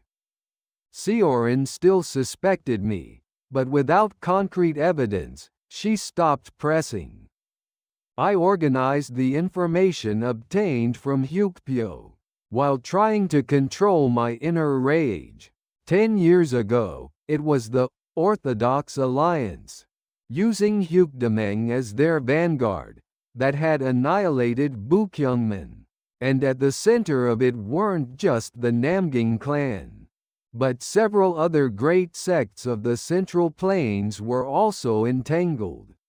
They feared Bukyungmen's power, and coveted something that Bukyungmen possessed. This has become troublesome. I lay on the bed staring at the ceiling. Revenge is exhausting work. You have to track down countless people, fight them, and clean up afterward. So inefficient, but the final image of my father in those memories, and the expectations of my master Cheonpeng, who saved me, held me back. Why did master give me this power? He should have just let me live quietly. I muttered while tossing and turning. With my mind so complicated, sleep wouldn't come. I pondered how to deal with this inefficient truth. The most efficient method would be to just forget it and leave for the south. But something inside me knew I couldn't do that. The fate of being Bukyungmen's last heir, and the power contained in my Bukyong Ilbagwan, wouldn't leave me alone. In the rattling of the carriage, I closed my eyes and began studying the most efficient method of revenge. For example, gathering all the leaders of the Orthodox Alliance in one place, subduing them all with one step, then extracting massive compensation. Not bad. Sioran spoke to me cautiously. Mr. Jin Mui, are you really all right? You've looked unwell since earlier. I was startled and relaxed my expression. Ah, yes, I was just pondering the lunch menu. Should I have dumplings or noodles? Life's greatest dilemma. Sioran looked at me as if I were pathetic and turned her head away. I closed my eyes again. What's more important than revenge is the lunch menu, after all. Let's eat first, then think. That was my efficient way. As soon as I arrived in Namyangsheng, I parted ways with Sioran. She had to return to the company headquarters to report on this incident. And I received the promised 10 gold taels and returned to the inn. I looked at my now bulging money pouch with a satisfied smile. Now I really needed to prepare to leave for the south. But upon entering the inn, the atmosphere was strange. The innkeeper and servants looked at me with startled expressions and bowed deeply. Honorable Senior, you've returned. Honorable Senior? I made a puzzled expression. Then, from a corner of the inn, I heard a familiar voice. Master, you've finally returned. To my surprise, it was Namgying Chol calling me. He rushed over to me, looking incomparably healthier than a few days ago, and bowed deeply. His eyes, instead of the previous anger or arrogance, were filled with respect and reverence. Master, where have you been? In the meantime, I've been devoted to cultivating efficient rest, as per your teachings. I was dumbfounded. When did I become that bastard's master? And had he already recovered? Young Master Namgying, I am not your master. And, is your body all right? More than all right. Thanks to your teachings, my internal energy flows even more smoothly. Especially the efficient yawning technique was truly. Namgying Chol chattered excitedly. I half listened to his words while looking around. Everyone in the inn was holding their breath and watching me and Namgying Chol. The sight of the young clan lord of the Namgying clan calling me master must have been an enormous shock to them. I patted Namgying Chol's shoulder and whispered, "Young master, please be quiet for now. People are watching." "Oh, my apologies, master. Please forgive my rashness." Namgying Chol immediately straightened up and shouted to the people around, "What are you looking at? My master needs to rest, so everyone disperse." The people in the inn scattered hurriedly. My head throbbed. Living quietly was now impossible thanks to that bastard. Namgying Chol guided me to a guest room and asked cautiously, "Master, did you perhaps visit the north? There are ominous rumors circulating in the martial world. Huxezong's Hungnengchai was annihilated in a single night, and the culprit is called Ilguanma." I flopped down on the bed and answered, "Who knows? I just went to the back mountain briefly to gather medicinal herbs." Namgying Chol seemed not to believe me, but didn't press further. He appeared completely captivated by my strength and eccentricity. He approached me with a solemn expression. "Master, I have something to tell you." I closed my eyes as if annoyed. "Tomorrow. I'm tired today." The next morning, Namgying Chol came to see me without fail. He brought out the finest tea and continued the story he hadn't finished yesterday. "Master, I know that you are no ordinary person. Perhaps you might be the last descendant of Bukyungmin that disappeared 10 years ago." I sipped the tea and asked as if unconcerned, "If I were from Bukyungmin, what would you do?" "The Namgying clan is one of the enemies who annihilated Bukyungmin." Namgying Chol's face hardened. After a moment of silence, he spoke with difficulty. "That's correct. My father, the lord of the Namgying clan, was deeply involved in that incident 10 years ago.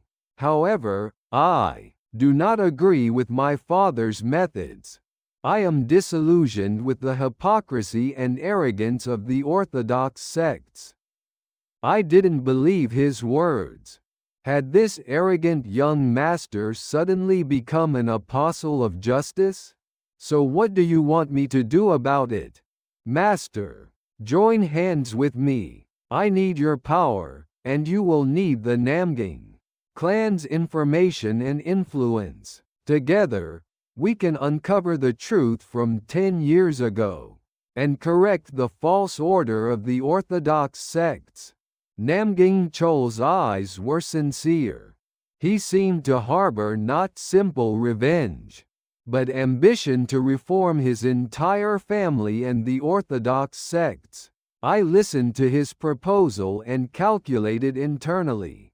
Bothersome, but if I use that bastard, I can easily obtain information about the Orthodox Alliance, and with the Namgying clan's protection, I can block other annoying bastards. I already received 100 gold taels. This might be a fairly efficient transaction? After pretending to ponder for a moment, I said, "An alliance? How grand! I'm not interested in such grand affairs. However, if the young master handles all the bothersome tasks for me instead, for example, information gathering, cleanup, and meal preparation and such, then I might consider it." I made the most annoyed expression possible while presenting my conditions. Despite my absurd conditions, Namgying Chol readily nodded. "Of course, master. I'll handle all the bothersome tasks. You just need to give me teachings." "No, just exist." I inwardly cheered. A perfect contract. Without lifting a finger, I'd obtain information on the Orthodox Alliance, and Namgying Chol could nurture his ambitions under the pretext of receiving my teachings.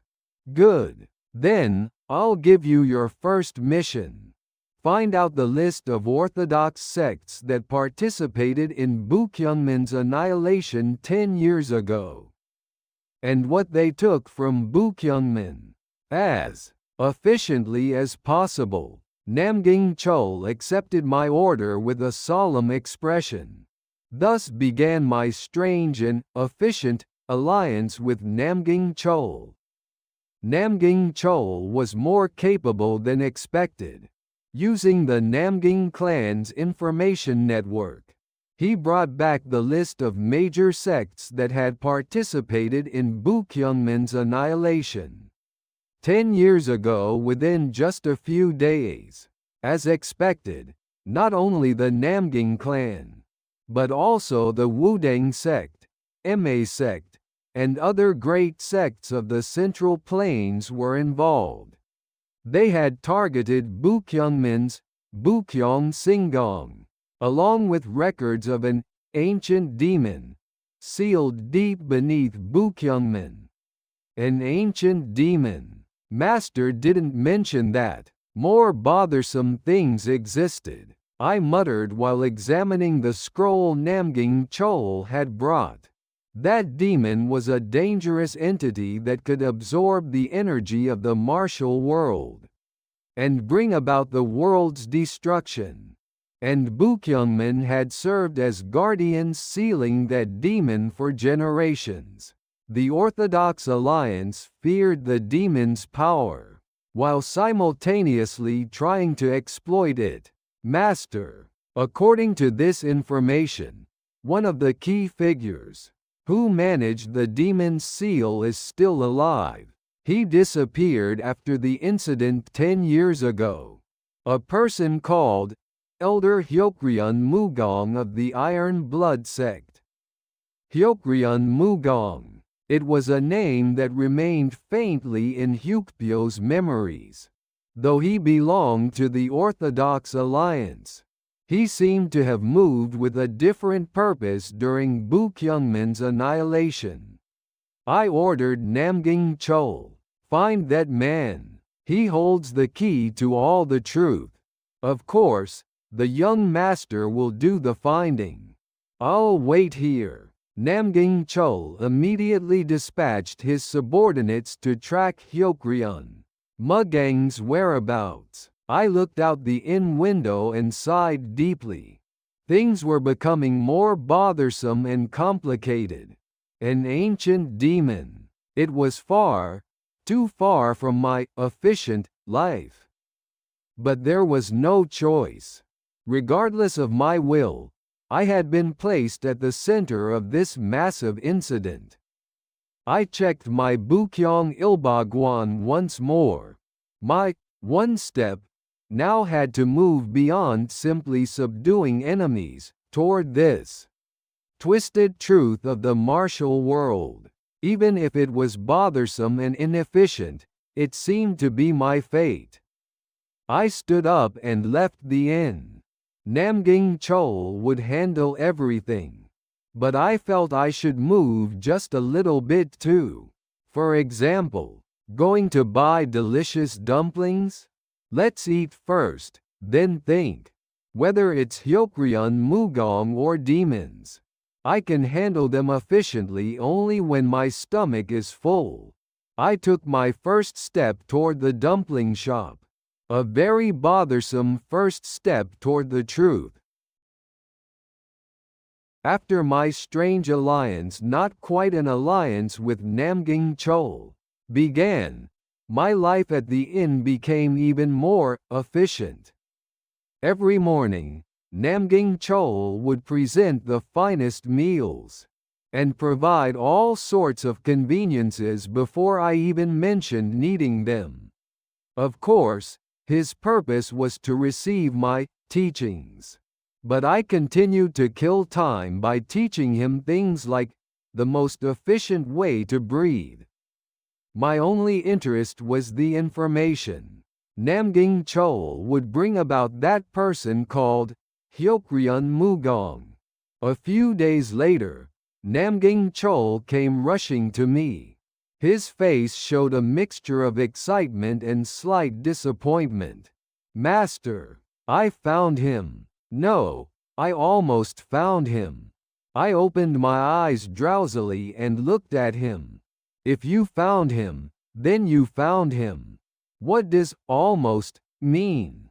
"Report efficiently." "Well, this Hyokryun Mugong fellow completely disappeared from the martial world right after Bukyungman's annihilation 10 years ago.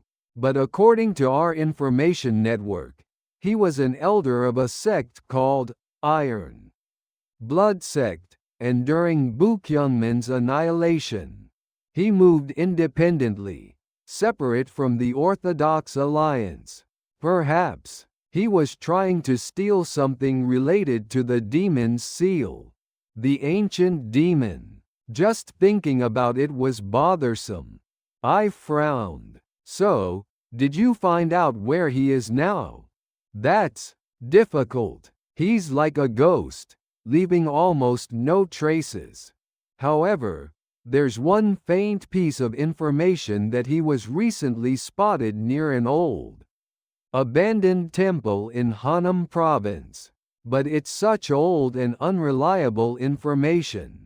An abandoned temple in Hanam province." I traced the fragments of memory extracted from Hyukpyo. Hyukpyo also believed that Hyokryun Mugong had betrayed the Orthodox Alliance and fled with something stolen, and there were rumors that he headed toward a hideout somewhere in Hanam province. "Let's go." I stood up. Namgying Chol looked at me with surprised eyes. "What, Master? You'll move personally?" "No, you're going. I'm just tagging along." "But Master, that place could be dangerous." Hyokryun Mugong was one of the strongest masters of the former Iron Blood sect. "If it's dangerous, you handle it. I'll just watch from behind." Prepare the most comfortable carriage for the journey. And pack plenty of snacks. The road to Hanam province will be quite boring." I flopped back down on the bed. Namgying Chol looked dumbfounded at my nonchalance, but soon accepted the order with a solemn expression. "Understood, Master. I'll lead the way." While Namgying Chol bustled about, I lay looking at the ceiling and thinking. Hyokryun Mugong, Why did he betray the Orthodox alliance? Did he really steal something related to the demon's seal? And why did he hide in an abandoned temple of all places? Questions led to more questions. But the certain thing was that this bothersome chase had to end. Before I could make my efficient southern escape plan again, I sighed and began researching the most efficient way to sleep in a carriage. A few days later, Namgying Chol, his elite guard warriors, and I departed for Hanam province. The luxury carriage was as comfortable as expected, and the snacks Namgying Chol prepared were excellent. I slept soundly in the carriage. Namgying Chol glanced at me, but tried not to disturb my efficient rest cultivation. In his eyes swirled reverence for me along with tension about the danger ahead. The abandoned temple located deep in the mountains of Hanam province's outskirts was desolate as its name suggested. The collapsed walls and overgrown weeds in the courtyard showed that no one had visited for decades. Only the eerie sound of wind swept past the old wooden buildings. Namgying Chol surveyed the surroundings with a tense expression. His guard warriors drew their swords and maintained vigilance. "Master, this seems to be the place. But it's too quiet. It could be a trap." I looked out the carriage window without getting out. The silence here looked different to my eyes. Traces of an ancient formation faintly remaining in the air, and faint signs of someone having stayed here until recently. Hyokryun Mugong had been here, or was still likely hiding. It's not a trap, however. The owner doesn't seem to welcome guests. I reluctantly got out of the carriage. The moment I stepped on the ground, the energy I felt through my soles told me this was no ordinary abandoned temple. Beneath the temple grounds, some enormous energy lay dormant. Perhaps something related to the demon's seal. We cautiously entered the temple. Inside the old prayer hall, dust hung thick and spider webs were everywhere. But in front of the Buddha statue, there were traces of someone having burned incense, and on the wall behind the statue, strange patterns were faintly carved. "This is ancient script," Namgying Chol muttered while examining the wall patterns. I recognized those patterns. They were special formation characters for handling the demon's seal, passed down through generations in Bukyungman. Hyokryun Mugong had been researching something related to the demon's seal here. This temple seems to have a deeper history than it appears. Perhaps it's related to Bukyungman. When I pretended not to know, Namgying Chol became even more interested and examined the wall. Just then, I sensed part of the prayer hall floor moving slightly. "A trap, young master. There's a lot of dust there. Please step aside.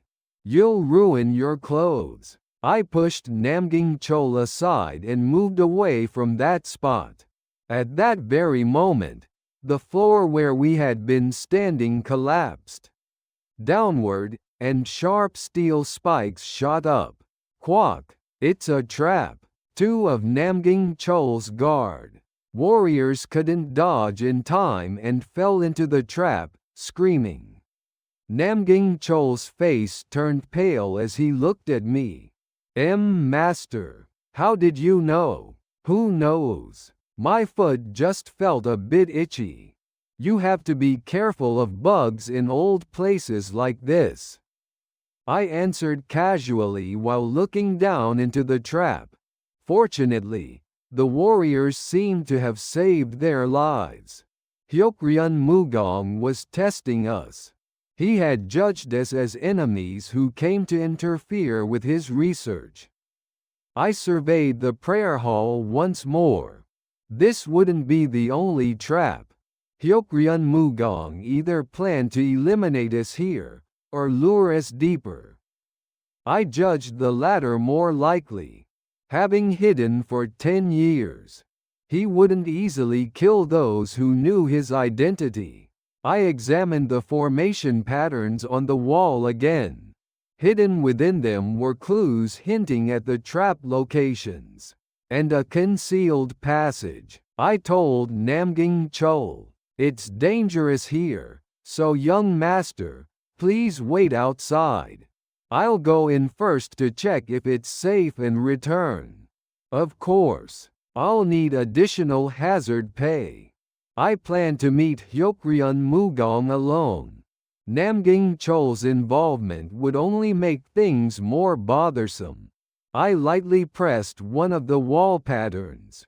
With a creak, the wall behind the Buddha statue opened, revealing a dark underground passage.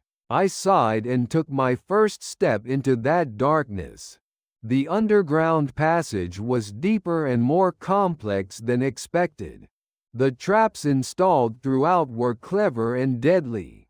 But with Bukyungmin's formation knowledge, they were child's play to me. I reached the end of the passage with minimal movement, avoiding all traps. At the end of the passage, a vast underground space unfolded. In the center sat a massive stone coffin carved with Bukyungmin's formation patterns, and around it lay countless ancient documents and scrolls scattered about.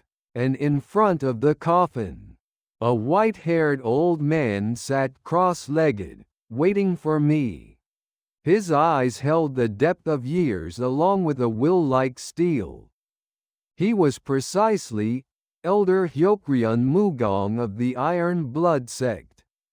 As soon as Hyokryun Mugong saw me, he asked in a cold voice. His voice was filled with deep wariness. "Who are you? Are you an assassin sent by that greenhorn from the Namgying clan? Or remnants of the demonic cult?" I slowly approached him.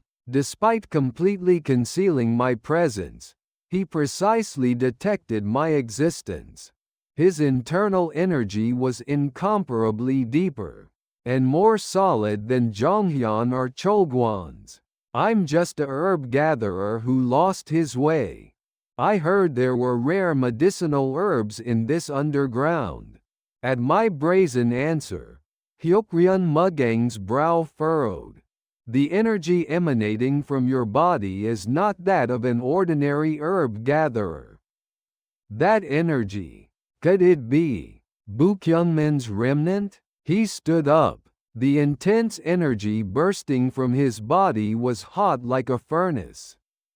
It was the aura of the Iron Blood sect's martial art, Cholhyol Singgong. Bukyungmin perished 10 years ago. If you are its remnant, you must die here. Only I must guard Bukyungmin's secrets. Hyokryun Mugong charged at me in an instant. His fist technique was fast and heavy. I didn't avoid his attack. Instead, I used Bukyong Ilbaguan's one step to penetrate the center of his strike. Kung! My palm collided with his fist. I stepped back several paces from the unexpectedly powerful impact. Hyokryun Mugong also widened his eyes, surprised by my internal energy. "This fist technique, could it be you learned from that bastard Cheonpeng? You're Jin Mui." He had accurately seen through my identity. I realized there was no longer any need to hide. "It's been a while, Elder Hyokryun. I remember you passing by me in Bukyungmin 10 years ago. You were looking for something then. Hyokryun Mugang's face hardened. He seemed flustered that I knew his secret. How do you? I remember everything. That you betrayed the Orthodox Alliance and fled with something stolen from Bukyungmin's underground. Hyokryun Mugong charged at me again, grinding his teeth. This time, it was an ultimate technique, containing the true power of Cholhyol Singong. Red energy burst from his fist. I had no intention of taking his attack head-on.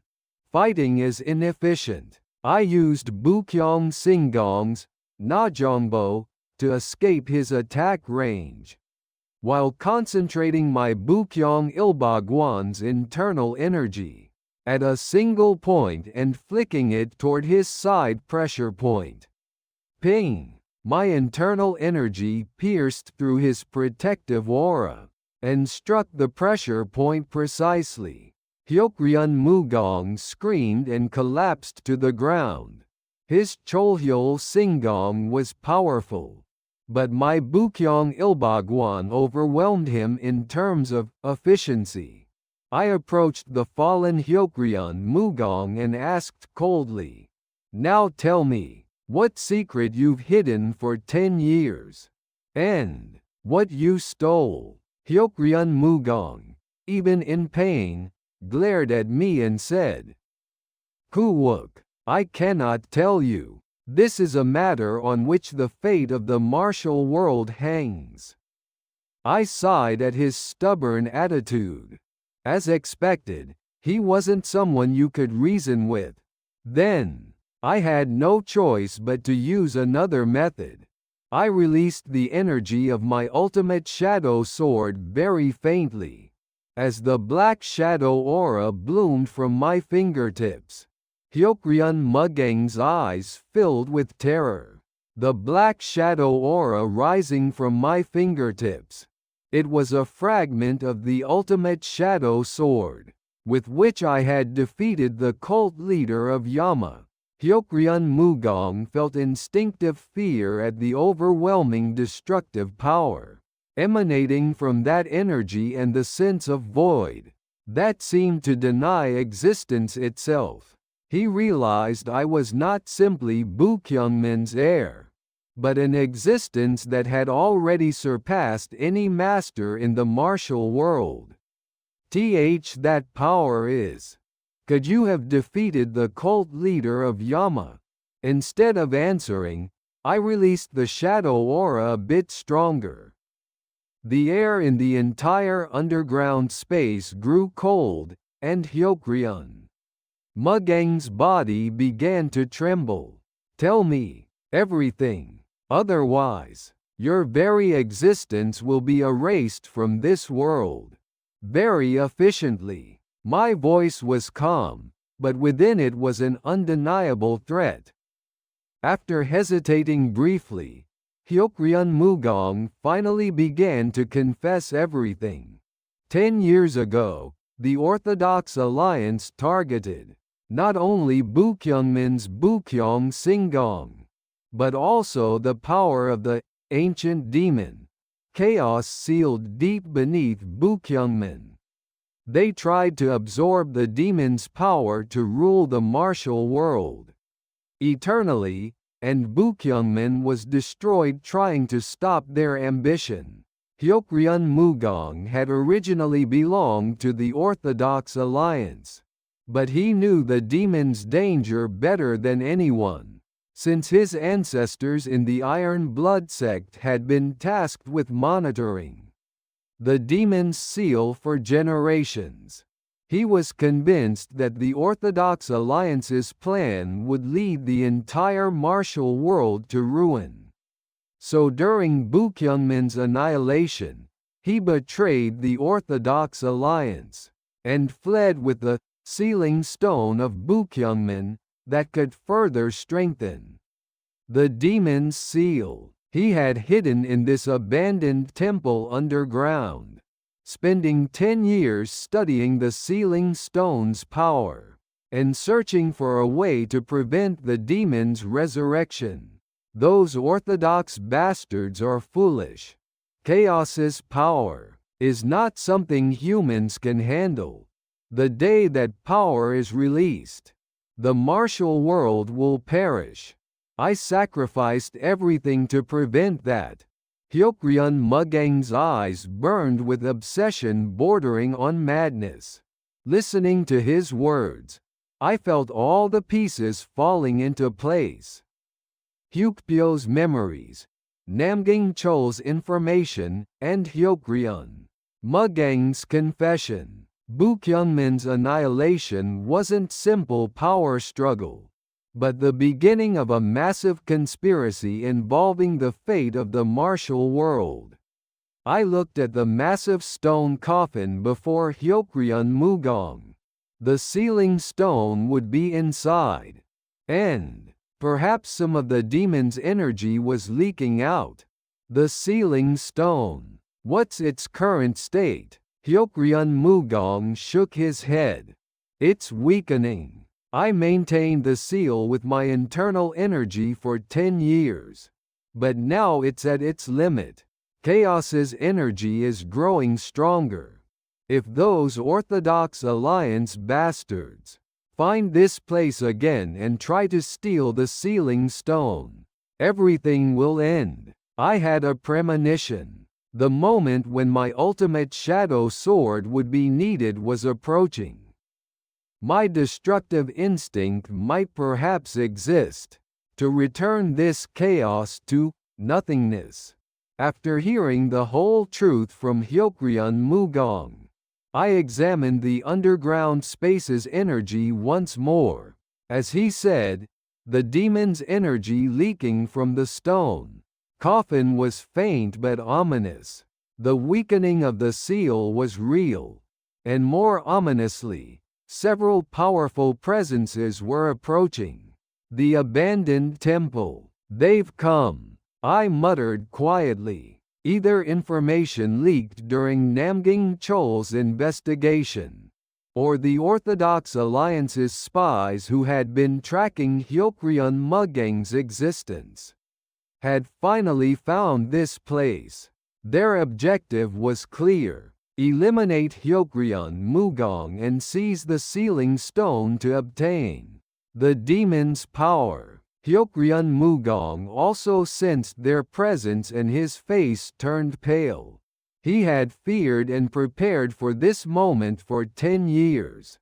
But now that it had come, despair covered his eyes. So it comes to this after all. All my efforts were in vain. I looked at Hyokryun Mugong. Though he was an elder of a sect that had been my enemy, he was someone who had fought alone to prevent the martial world's destruction. I had no reason to kill him. Rather, I needed to protect him. He was the only witness who knew the secret of the sealing stone and demon. And perhaps the last key to stopping the demon. Elder, it's not over yet. What you tried to protect, I'll protect it for you. Of course, it won't be free. I released the energy of my ultimate shadow sword. As the black shadow aura filled the underground space, Hyokryun Mugong seemed to feel a faint hope along with surprise. From outside came loud sounds of destruction along with Namgying Chol's shouts. Master, it's the Orthodox Alliance's attack. I'll buy time. The Orthodox Alliance had surrounded the entire abandoned temple and begun their assault. Namgying Chol and his guard warriors were blocking their advance. I told Hyokryun Mugong, wait here. I'll go clean up those bothersome bastards. You focus on protecting the sealing stone. I used Bukyong Singgong's Muiangbo to instantly ascend the underground passage. The abandoned temple courtyard had already become a battlefield. Namgying Chul and his subordinates were outnumbered but holding up surprisingly well. Perhaps thanks to my efficient teachings. But their opponents were elite assassins of the Orthodox Alliance. Their target wasn't Namgying Chul, but Hyokryun Mugong and the Sealing Stone Underground. I hesitated no longer. I completely released my ultimate shadow sword. Those who disturb my rest must all disappear. Very efficiently, the black shadow aura covered the night sky, and the Orthodox Alliance assassins were shocked by my overwhelming presence that suddenly appeared. It was time for my destruction to begin again. The abandoned temple courtyard turned into a battlefield in an instant. The assassins sent by the Orthodox Alliance had their faces covered with masks. But the clear energy emanating from their bodies was extraordinary. They fiercely pressed Namgying Chul and his guard warriors, their only target being the entrance to the underground Hyokryun Mugong and the Sealing Stone. I stood in front of the underground passage entrance. The black aura of the ultimate shadow sword that burst forth with my sudden appearance covered the entire courtyard as if swallowing the night sky. The assassins momentarily stopped moving and looked at me with shocked eyes. They instinctively sensed that I was not a simple remnant of Bukyungman, but an existence beyond imagination. Who are you? How dare you block the Orthodox Alliance's path? The leader of the assassins shouted. Instead of answering, I took the one step of Bukyong Ilbagwan. My footsteps silently shook the ground, and that ripple precisely struck the ankle pressure points of the 5 closest assassins. Quack! My legs! They collapsed screaming. The remaining assassins hesitated, confused by my bizarre martial art. I didn't miss that gap and used Bukyong Singgong's Muiyongbo to infiltrate among the assassins like a shadow. Those who disturb my rest must all disappear. Very efficiently, my voice echoed coldly through the courtyard. I didn't use fists or swords. Instead, I wielded my shadow aura itself like a weapon. Whenever the black energy touched the assassins' bodies, their clear energy lost its strength and was absorbed into my internal energy.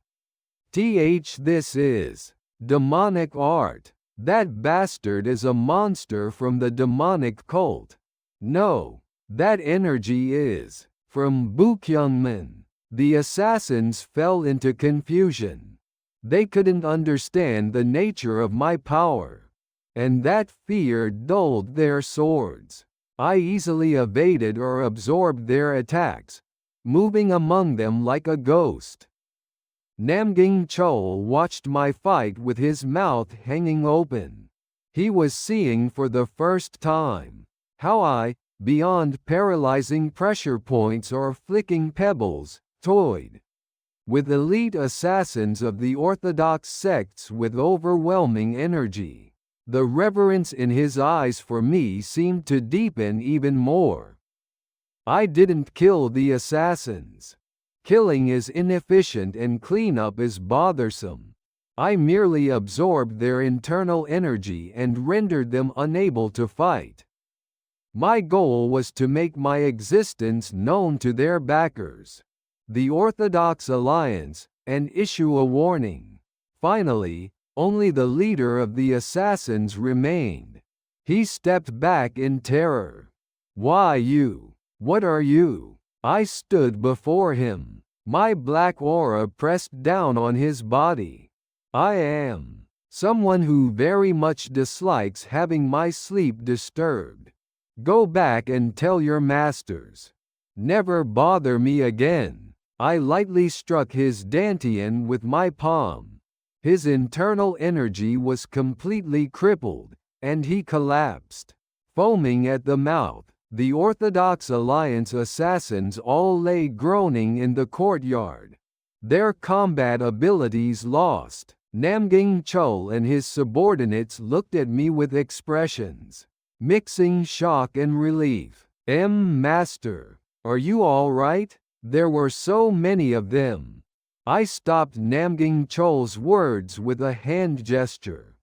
Be quiet. I'm tired from the internal energy consumption. Handle the cleanup yourself. I approached the leader among the fallen assassins. Even in pain, he glared at me with hatred. I crouched before him and asked, "Now, let's have an efficient conversation. What's your real purpose? What are you planning to do with the sealing stone?" The leader kept his mouth firmly shut. I sighed. Torture is a very inefficient method. But I have no choice. I released the energy of my ultimate shadow sword, very minutely from my fingertip. As the black energy touched his wound area, he screamed in agony as if his entire body was burning up. My power could inflict not simple destruction, but pain that denied existence itself. Quack, I'll talk. I'll tell you, so please. I withdrew the shadow energy. The leader, terrified, confessed everything. The Orthodox Alliance was trying to use the sealing stone to absorb and control part of the ancient demon Chaos's power, creating an absolute weapon to completely unify the martial world. They were attempting to exploit the demon's power in a more direct and dangerous way than the Yama cult leader's blood magic ritual. And at the center of this plan was the lord of the Namgying clan, Namgying Chol's father, the alliance leader. No, the Namgying clan lord believes that only Chaos's power can bring eternal peace to the martial world. Listening to his words, I smiled bitterly. Rulers always justified the most terrible destruction in the name of peace. After reading the rest of the leader's memories, I completely erased his consciousness. He became an empty shell remembering nothing. Namgying Chul approached me with a pale face. He seemed to have overheard the conversation between me and the assassin leader. "Master, is what was just said true? That my father is trying to use the demon's power?" I nodded silently. Namgying Chol's eyes wavered with despair. He was shocked to learn that his father and family, whom he had believed in, were plotting a terrible plan that could lead the martial world to destruction. I patted his shoulder and said, "The world is originally full of inefficient things, young master. What's important is what we do from now on." I looked at the underground passage entrance, Hyokryun Mugong and the sealing stone, and the ancient demon trying to awaken. Bothersome matters were piled up like a mountain. I left the cleanup to Namgying Chol and descended back into the underground space. Hyokryun Mugong still sat cross-legged before the stone coffin, but complex emotions were etched on his face instead of the previous wariness. He had witnessed my power and confirmed I was an enemy of the Orthodox Alliance. Did you really defeat the cult leader of Yama?" I didn't answer his question and approached the stone coffin. From the coffin leaked demon energy stronger than before. My shadow aura reacted to that energy, trembling unstably. "The seal is weakening, Elder." now that those Orthodox Alliance bastards know of this place. Time is not on our side. Hyokryun Mugong nodded with a somber expression. I know. The sealing stone's power is nearly exhausted. I poured my internal energy into it for 10 years. But Chaos's energy is too powerful. When the seal completely breaks, the martial world ends. I examined the Bukyungman formation patterns carved on the stone coffin. This was no simple seal. It was an ancient secret art that both suppressed the demon's power and purified part of that power, transforming it into another form. Perhaps Bukyungman's ancestors weren't trying to destroy the demon, but sought a way to coexist with that power. This sealing stone contains Bukyungman's secret techniques, not simply imprisoning the demon, but methods to control that power as well. Hyokryun Mugong looked at me with surprised eyes. You know Bukyungman's formations? I am Bukyungman's last heir, after all. I revealed my identity. After a moment of shock, Hyokryun Mugong soon made a proposal as if he had decided something. Jin Mui. No. Heir of Bukyungman. I don't have time. Those Orthodox bastards will come again, and the seal will soon break. I'll pass on the sealing stone's secrets and methods to handle the demon that I've studied for 10 years to you. In return, protect this sealing stone and the martial world. It was an offer I couldn't refuse. I couldn't shake the premonition that my ultimate shadow sword might be related to this demon's power. My destructive instinct might perhaps be fate, to return this chaos to a state of nothingness. Fine, Elder, let's make a deal. But I'm not a guardian. I'm a destroyer. If the demon awakens and threatens the martial world, I'll destroy both the sealing stone and the demon itself. Is that acceptable? Hyokryun Mugong hesitated briefly, but soon nodded with a determined expression. Destruction or sealing? It's better than Chaos's power being exploited. I'll trust your power. I sat before Hyokryun Mugong. He began explaining the sealing stone's history, the demon's nature, and the dangerous secret arts for handling Chaos's power that only Bukyungman knew. His story provided new clues about my latent power and fate. Time was pressing, and the Orthodox Alliance's shadow was drawing ever closer. While receiving the secrets of the sealing stone and demon from Hyokryun Mugong, outside Namgying Chol was busy with cleanup. He worked to prevent rumors of my overwhelming power from spreading, while simultaneously sending a false report to his father, the lord of the Namgying clan. He reported that what was discovered at the abandoned temple were remnants of the demonic cult, and that he had dealt with them all. But the Namgying clan lord didn't fully believe his son's report. He was suspicious about the fact that the elite assassins he had sent were annihilated, and intuited that the existence called Ilguanma was not a simple demonic cult remnant. He secretly organized a new pursuit team and sent them to Hanam province. Without Namgying Chol's knowledge, this pursuit team was composed of the Namgying clan's most elite warriors, and their targets were Hyokryun Mugong, the sealing stone, and my elimination.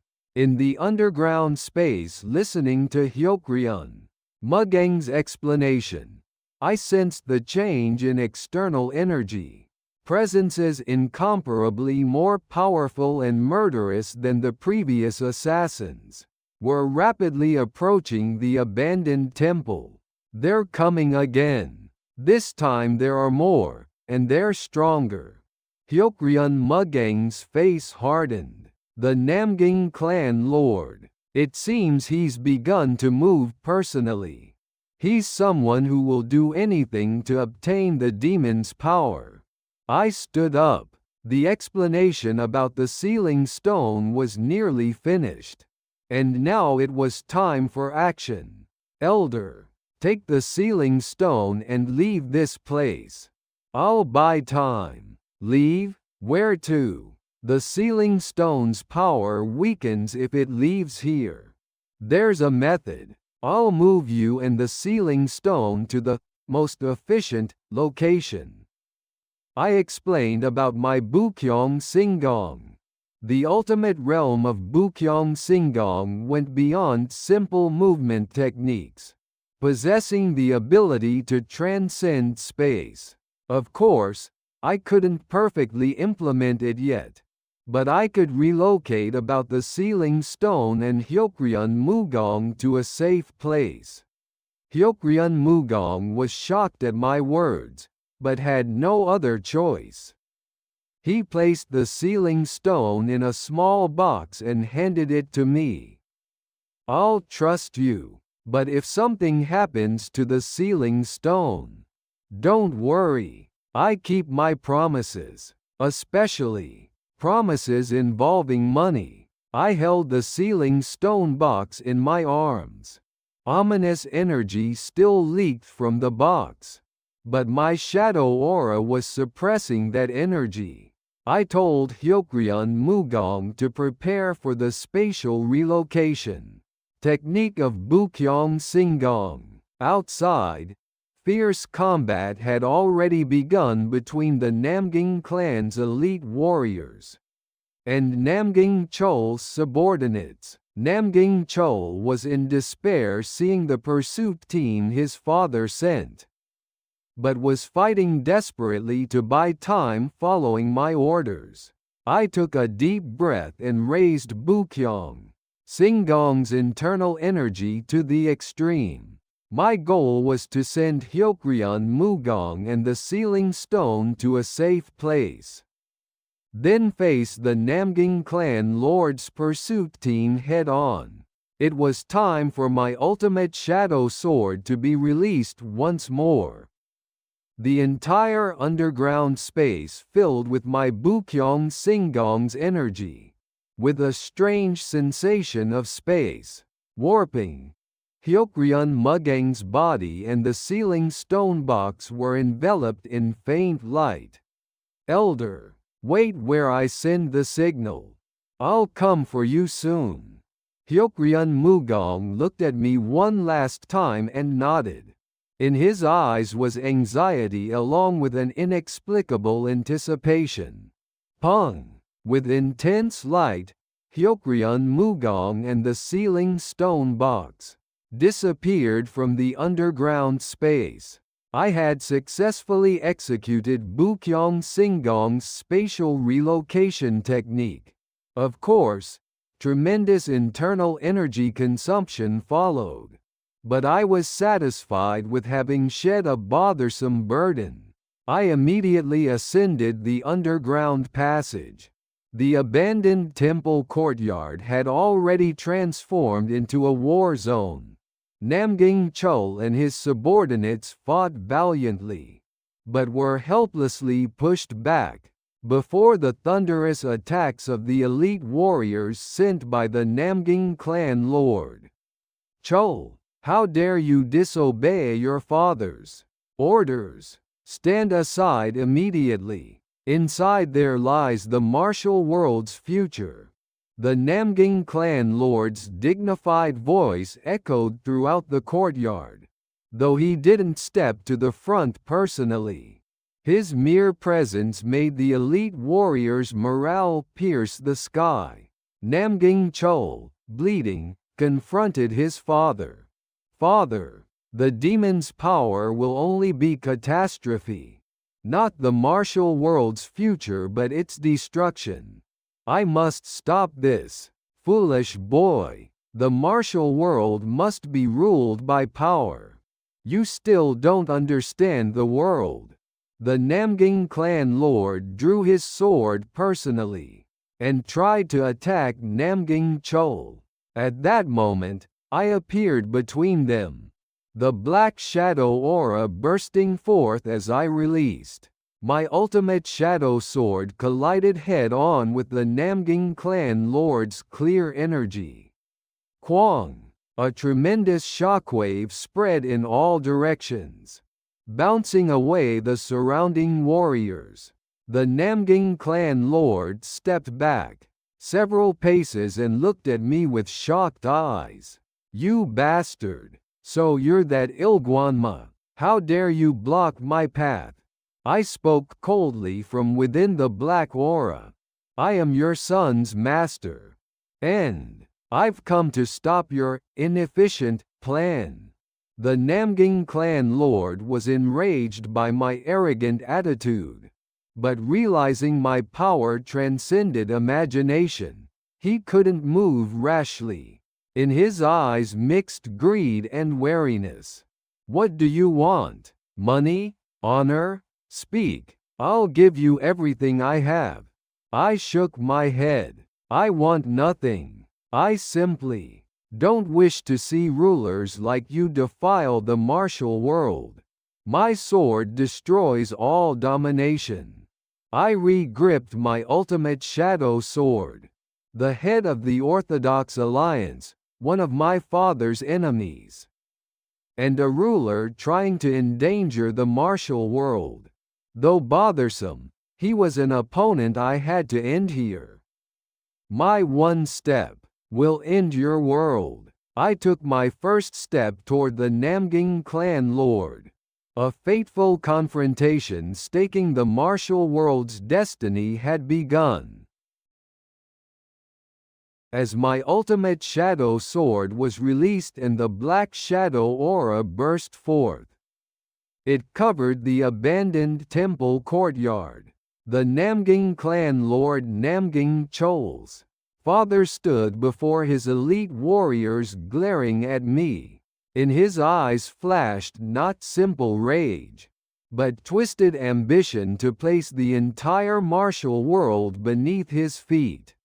He was the head of the Orthodox Alliance, one of the main culprits behind Bukyungmin's annihilation 10 years ago, and now someone trying to exploit even the power of the ancient demon, Chaos.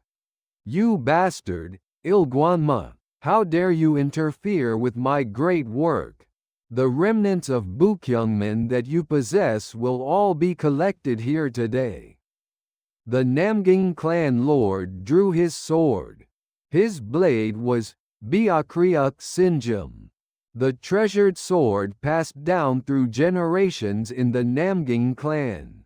Blue lightning energy flowed from the blade's body, and that energy was incomparably stronger and denser than what I'd faced from Namgang Chol before. Within that energy seemed mixed not only clear aura, but twisted resentment from countless weak souls stolen through soul absorption techniques. I re-gripped my ultimate shadow sword. My black aura collided head-on with the Namgang clan lord's blue lightning, shaking space itself. Great work. Do you know how bothersome your inefficient plan has made me? I'm not interested in your life. However, you must pay the price for the disturbance you've caused. I spoke with the most annoyed expression possible.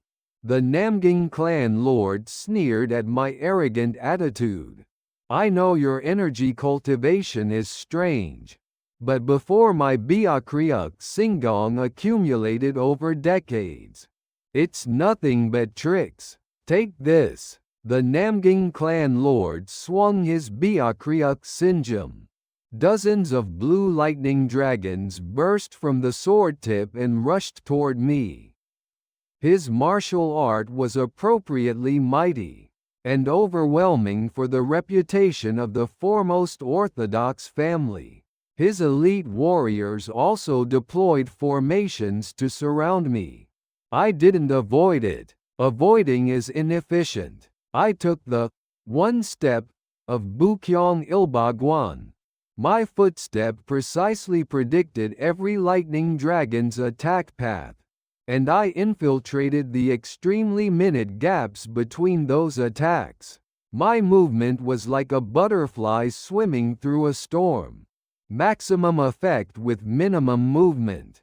My ultimate shadow sword began absorbing the Namgang clan lord's lightning energy while simultaneously defending.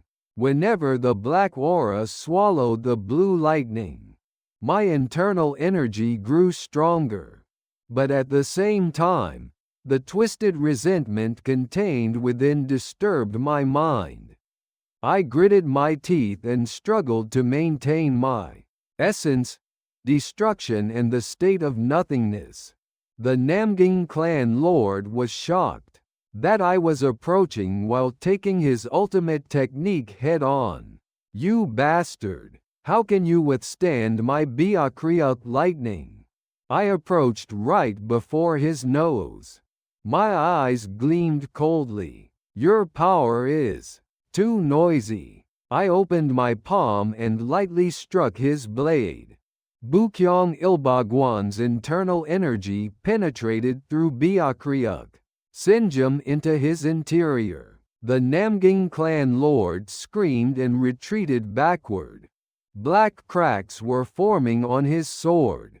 As Biakriuk Sinjum was damaged by my strike, the Namgang clan lord looked back and forth between his sword and me with an incredulous expression. His pride was deeply wounded, but he wasn't someone who would retreat easily. Rather, he charged at me with even more ferocious momentum. However strong your demonic art may be, it cannot surpass my power containing 1,000 years of orthodox history. The Namgang clan lord abandoned his sword and deployed fist techniques. Another secret art of the Namgang clan. Pachian Singwan, heaven-breaking divine fist, like its name suggesting breaking the heavens. Each of his fists contained power that seemed capable of collapsing mountains. But his fist technique also relied on twisted power, obtained through soul absorption methods. I didn't avoid his strikes but met them head-on. Bukyong Ilbaguan and Pachian Singwan collided violently. Kung! Kung! Kung! The entire abandoned temple courtyard shook as if an earthquake had struck from our clashing strikes. The Namgang clan lord's power was strong, but my Bukyong Ilbaguan penetrated the core of his power and shook its foundation. Your fist technique, how can it be so concise yet destructive? As if it contains all the world's efficiency. I didn't respond to his words. My fist technique was martial art pursuing only efficiency, combining my master Qianpeng's teachings with Bukyungmin's secret techniques. I deflected his attacks with minimum movement, and collapsed his balance with a single counterattack. The Namgang clan lord gradually tired from my strange martial art. He began growing anxious that his overwhelming power didn't work on me. His eyes flashed with greed. That power you possess, is it Bukyungmin's secret technique? Good, I'll absorb that power too. The Namgang clan lord suddenly assumed a grotesque stance, and began sucking in the surrounding air. Ominous energy mixing blue lightning and red blood swirled around his body. He used the forbidden technique of soul absorption to forcibly absorb all surrounding vitality and internal energy. He even began draining the internal energy of his own fallen subordinates. "Father, you mustn't!" Namgying Chol cried out, trying to stop his father. But the Namgying clan lord was already possessed by madness. I clicked my tongue at his reckless action. Even gathering power like that, he'd ultimately lose control and self-destruct. Such an inefficient choice. I used Bukyong Singgong's Muiangbo to escape outside his absorption range. And I waited for the moment his power reached its peak. The strongest moment is, paradoxically, also the most unstable moment. It was Master's teaching. I prepared to watch his ambition destroy itself. The Namgying clan lord absorbed all surrounding energy to create a massive storm of power. His body blazed with mixed blue lightning and red blood. His appearance closer to a demon than human. He emanated overwhelming momentum that seemed ready to devour the entire martial world. Kwahaha! Behold, this is absolute power. Now the martial world is mine. The Namgying clan lord tried to launch a final strike, containing all that power toward me. A massive sphere of destruction, fusing blue lightning and red blood, formed in his hand. Namgying Chol closed his eyes with a desperate expression. That was when it happened. Grow WWL. From somewhere came an extremely loud and thunderous stomach growl. Everyone's gaze turned toward where the sound came. From the collapsed wall of the abandoned temple, there stood an old man in worn robes, staggering drunk. He held a liquor bottle in one hand while rubbing his belly with the other. It was my master, Qianpeng. Ehehe. Sorry about this. My stomach was a bit empty. But what's all this commotion? I'm trying to sleep here. Master spoke like a neighborhood drunkard. The Namgying clan lord frowned at the suddenly appearing old man. What old man? If you don't disappear immediately, I'll melt you down to your bones. The Namgying clan lord hurled the completed sphere of destruction toward Master. It was an attack containing tremendous destructive power. But Master showed no thought of avoiding it. Rather, he raised his liquor bottle and sprayed a mouthful of liquor toward the sphere. Swoosh! Amazingly, the moment it touched the liquor, Master sprayed the Namgying clan lord's destructive energy deflated and smoothly disappeared, like pouring cold water over hot fire. The Namgying clan lord stood dumbfounded, unable to believe the scene before his eyes. His ultimate technique had vanished futilely from that drunk old man's single mouthful of liquor. Master let out a burp, and then spotted me, pointing his finger. Hey, look at that guy. Isn't that Mui? You bastard. What trouble are you causing here behind your master's back? I told you fighting is inefficient. I scratched my head. Master, I was just passing through. Passing through? You call that noisy fireworks display passing through? Tisk tisk. Wasting internal energy like that. Master approached me and lightly knocked my head. Only then did the Namgying clan lord seem to realize Master's identity. His face turning deathly pale. Surely, you are the one who disappeared 10 years ago. The lazy heavenly demon.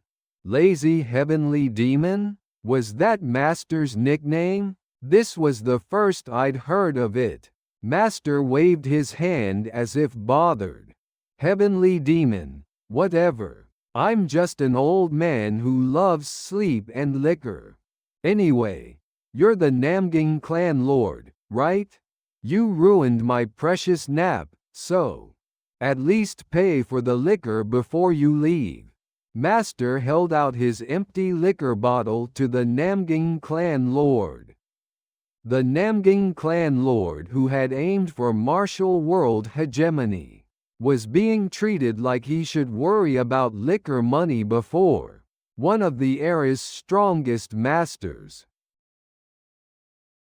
The Namgang clan lord completely froze at the appearance of lazy heavenly demon Qianpeng. He realized master's skill exceeded rumors, transcended imagination.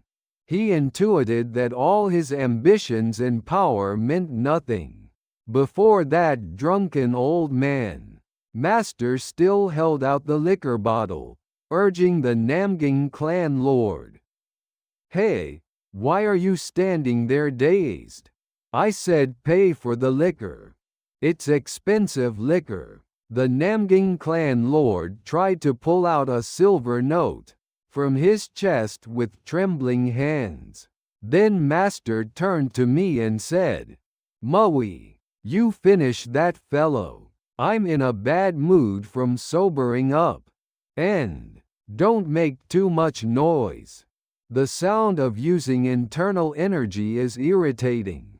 Master said that and then leaned back against the wall and began tilting his liquor bottle, as if this battle with the martial world's fate at stake had nothing to do with him. I sighed. So I have to move again after all. But within Master's words seemed contained a final teaching for me.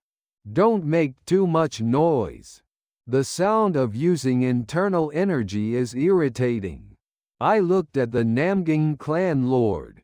Pressed by Master's overwhelming aura, he couldn't properly use his strength. I slowly approached him. "Now, Namgang clan lord, it's time to end this. Your inefficient ambition." The Namgang clan lord tried to charge at me with his last pride, but his body was already frozen with fear.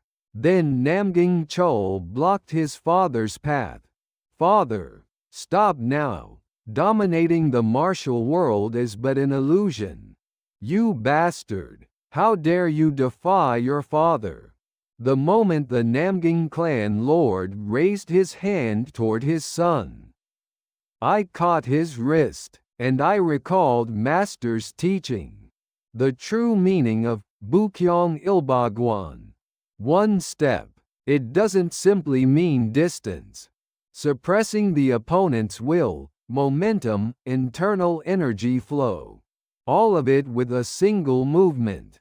I held the Namgang clan lord's wrist and sent my internal energy flowing extremely minutely. There was no sound, no light.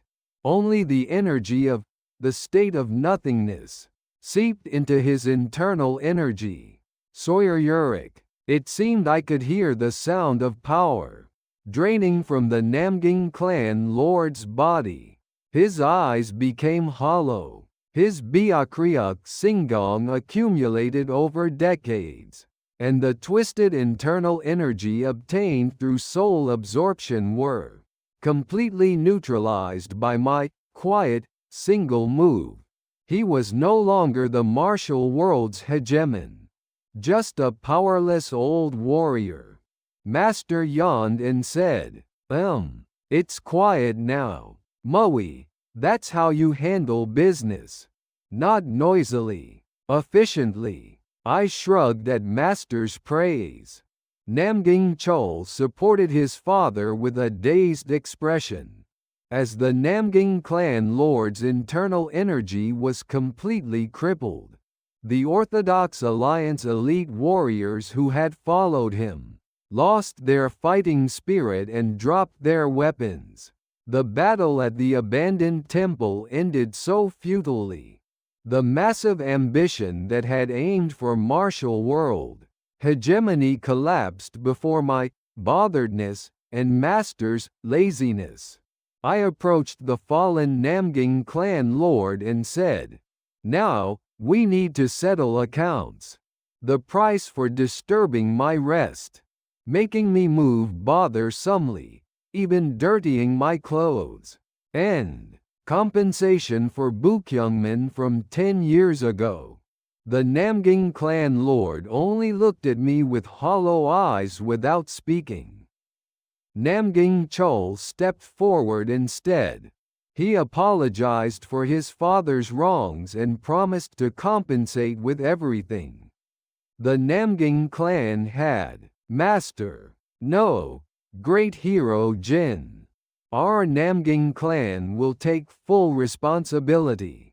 Please tell us what you desire." I thought for a moment. Rebuilding Bukyungmin? Eliminating the Orthodox Alliance? Such grand things are too inefficient. I recalled my ultimate goal. Give me money. A lot. Enough for me to idle away my entire life in the southern regions. Namgang Chol was momentarily flustered by my answer but soon nodded. He seemed to realize my essence wasn't a revenger, but simply an efficient lazy bum. Understood. I will give you all of the Namgang clan's fortune. I smiled with satisfaction. A much more efficient result than revenge. I left a final warning to the fallen Namgang clan. Lord, Namgang Chol, and the remaining Orthodox warriors. Never make the martial world noisy again. Especially, don't disturb my sleep. Next time, it won't end with money. I approached Master. Master was already tilting another liquor bottle he'd found. "Master, let's go now. To eat something delicious." "All right, since you did your job, I'll treat today. With your money, of course." Master draped his arm over my shoulder and staggered out of the abandoned temple. I didn't look back. My revenge was over, in a very efficient and satisfying manner. All that remained was receiving the promised money and leaving for the southern regions of my dreams, hoping no more bothersome matters would arise. As all of the Namgang clan lord's power vanished futilely from my quiet, single move, the killing intent that had filled the abandoned temple courtyard instantly scattered. The Orthodox Alliance elite warriors who had followed him completely lost their fighting spirit and laid down their weapons with dazed expressions. The massive ambition that had tried to seize martial world hegemony had knelt before the efficient destruction of someone who appeared to be merely a lazy herb gatherer like me. Namgang Chol supported his powerlessly fallen father, while looking at me with complicated eyes. In his eyes mixed compassion for his father, responsibility for his family, and reverence toward me. "Master, what should we do now?" I glanced toward Master. Master was already sipping another liquor bottle he'd found, completely uninterested in this bothersome situation. So cleanup falls to me after all. Just thinking about it was exhausting. I approached Namgang Chol and tapped his shoulder. "Handle the cleanup yourself, young master. I need to rest now." Having moved one step just now, I feel all my body's energy drained. I staggered with exaggerated dramatics. Of course, my internal energy consumption had been severe, but not enough to collapse. It was merely efficient acting to push all responsibility onto Namgang Chol. Namgying Chol was flustered by my words, but soon grasped the situation and nodded with a solemn expression. Understood, Master. I'll take responsibility and handle everything here. Please rest comfortably. I patted Namgying Chol's back and whispered, "Ah, and young master. Some of those fallen fellows might escape, but there's no need to chase them. Anyway, if they appear again causing bother, we can deal with them then. Pursuit is a very inefficient action." I subtly created an opening for Orthodox Alliance remnants to flee. Rooting out all evil's sources was too tiring and troublesome. If they scattered and lived quietly on their own, I couldn't ask for more. Of course, if they appeared before me again, it would truly become bothersome. Namgying Chol pondered for a moment as if trying to understand my deep meaning. Then answered with determined eyes, "I'll keep it in mind, Master. I'll take responsibility for father's sins and promise you compensation that will satisfy you." I smiled with satisfaction and approached Master. "Master, let's really leave now. The air here is very bad." Master emptied his bottle and laughed heartily, while draping his arm over my shoulder. "All right, let's go. The young folks should handle cleanup. Let's go enjoy some efficient rest." We left the ruined temple behind and departed leisurely. Namgying Chol and his subordinates saw us off with dazed expressions. My revenge ended like this. Very efficiently, without complications. At least I believed so. Master and I returned to the Namgying clan's villa that Namgying Chol had arranged. It was incomparably more spacious and splendid than the Namyangsheng Inn. Overflowing with attending servants, I leaned back in a comfortable chair, like an emperor, and enjoyed the finest refreshments. Money really is good. Very efficient. Master outdid me. He made the Namgying clan villa's underground liquor cellar entirely his room.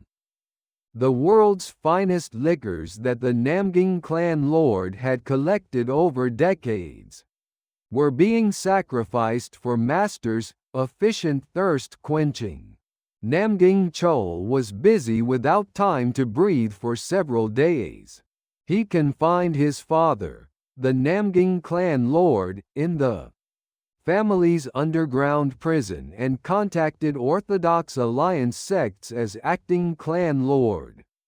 Following my demands, he held each sect responsible for Bukyungman's annihilation 10 years ago, and ordered payment of massive compensation. Naturally, each sect's elders and sect leaders resisted fiercely. How dare that young Namgying Chol order us around? They say some Ilgwanma fellow appeared and made the Namgying clan lord a cripple. But how can we believe that? Why should we pay compensation to Bukyungman remnants? News of their resistance reached me through Namgying Chol. I yawned as if bothered and said, they're quite hard of hearing. Then the young master should go personally and demonstrate efficient conversation methods. Master, but they're the highest elders of each sect. How can I? I approached Namgying Chol and placed my hand on his shoulder. Then I sent Bukyong Ilbagwan's internal energy flowing extremely faintly. Namgying Chol's body stiffened slightly. Young master, the key to efficient conversation isn't words, but power. Show them clearly that I stand behind you. If they still won't listen, then I'll go personally and move one step. in a very noisy and inefficient manner. My gaze contained a chilling warning. Namgying Chol swallowed and soon nodded with a resolute expression. Understood, Master. I'll resolve it, efficiently, without bringing shame to your name. Namgying Chol departed with solemn determination to attend the Orthodox Alliance meeting. I trusted he would handle things well. He was no longer an arrogant young master. Thanks to my teachings, he seemed to have grasped the martial world's cold reality and the logic of power. I leaned back in the comfortable chair again and closed my eyes. Then Master came staggering over, drunk.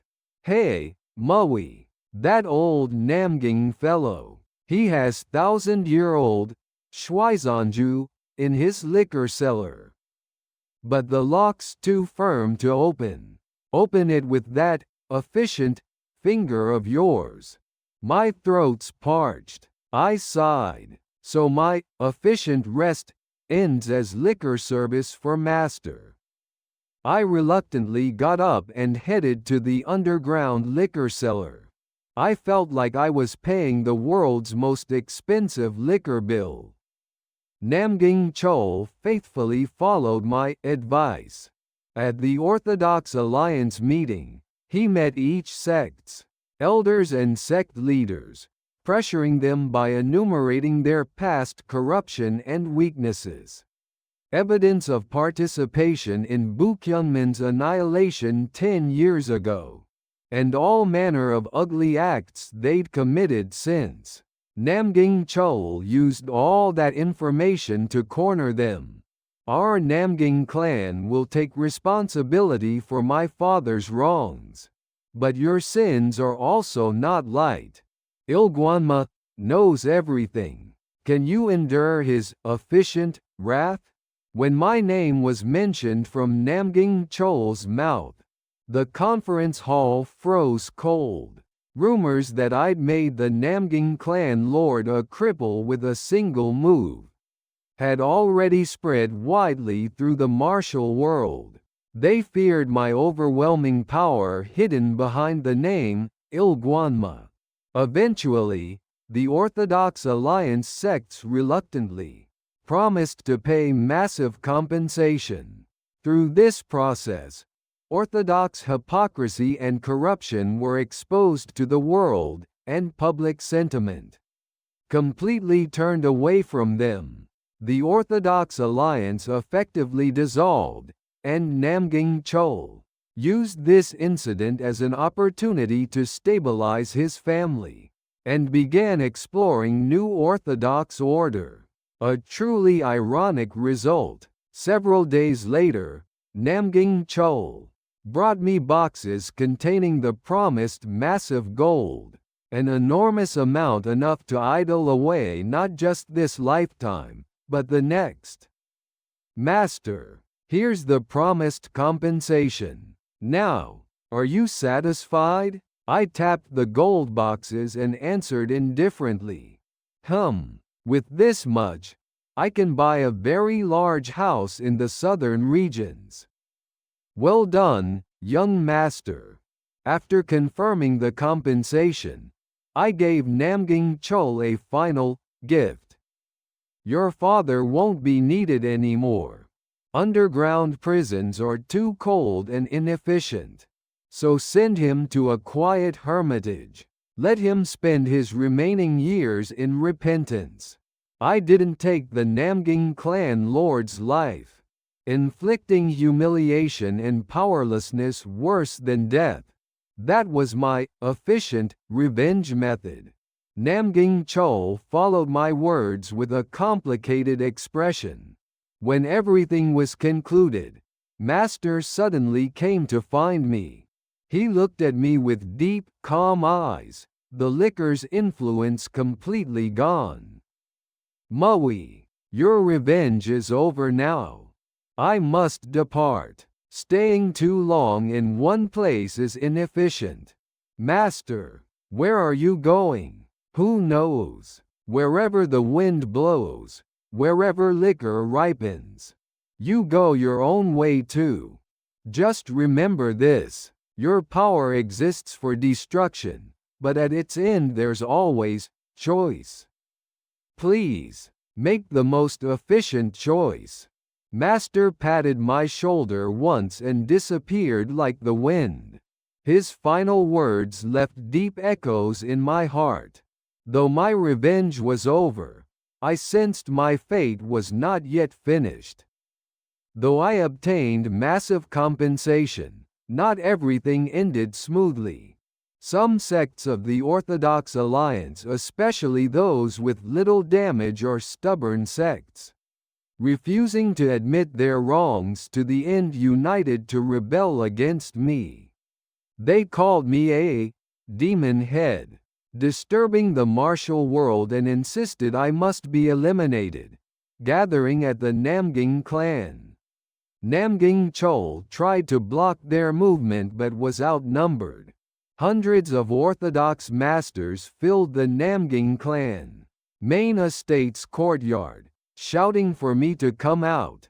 Demon head Ilguanma, come out and pay for your crimes. In the Orthodox name, we'll execute you. I was napping deep in the villa when that commotion woke me. Ah, how bothersome. I slowly got up and went out to the courtyard. Master had already departed, and Namgying Chol tried to block me with a pale face. Master, it's dangerous. I'll stop them. I pushed past his shoulder and stepped forward. Hundreds of Orthodox masters glared at me with murderous eyes. In their hands were swords and sabers containing each sect's secret techniques. I yawned once loudly and spoke to them. Everyone, the weather's nice, so why are you making such noise? I most love quietly taking afternoon naps. At my carefree attitude, the Orthodox masters grew even angrier. A white-haired old man, who appeared to be their leader, drew his sword and shouted, "Execute that arrogant demon head."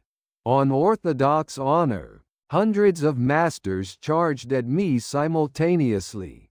Their sword energy and saber strikes poured down fiercely enough to cover the sky. I didn't move from that spot. Instead, I condensed all my internal energy at a single point beneath my feet. Bukyong Ilbaguan. I took a single step forward very slowly. Qua. The moment my footstep touched the ground, an invisible massive wave of internal energy spread throughout the entire courtyard. It wasn't a simple shockwave. It was a wave containing my state of nothingness, energy denying existence itself. The wave precisely affected only the weapons held in all the charging Orthodox masters' hands. Cling, Kong, crash. Hundreds of swords and sabers simultaneously shattered into pieces and scattered through the air. But the masters' bodies didn't have a single small wound. They looked down blankly at the empty sword, hilts and saber handles remaining in their hands. Their life's weapons and pride had crumbled like dust from my single step. Silence descended on the courtyard. Only the wind's sound and their rough breathing survived. They began kneeling in terror, realizing my power transcended the human realm, that I was in existence. They couldn't dare oppose. I walked among them, stepping on shattered weapon fragments. And I stood before the white-haired old man. Is that enough now? I hate fighting. It's very inefficient. Don't bother me anymore. I left those words and entered the villa again. Behind my back, hundreds of masters watched me with eyes mixing fear and awe. My one step had imprinted my existence on the entire martial world. I was no longer simply Ilguanma, but an absolute existence shaking the martial world's order. Of course, I myself remained merely a lazy herb gatherer. After that incident, a strange peace came to the martial world. Along with fear of me, no one dared challenge me anymore, and the Orthodox alliance effectively dissolved, each sect busy recovering. Namgying Chol stabilized the Namgying clan under my protection, and began exploring new Orthodox order. I collected all the promised massive compensation. My only goal now was going to the warm southern regions to idle away forever. I had absolutely no thought of rebuilding Bukyungman. Managing a sect is the world's most inefficient task. I bid farewell to Namgying Chol. Young master, thank you for your hospitality. I'm heading south now. Master, leaving already? I still have so much to learn. I've taught you everything. How to live efficiently. Master the rest yourself. I rejected Namgying Chol's pleas and left Namyangsheng. And I headed to Gaibong, the Central Plains' largest commercial city. There I bought the largest and most splendid building entirely. And I hung up a sign. Ilbo Express Agency. Express Agency. A place that transports goods.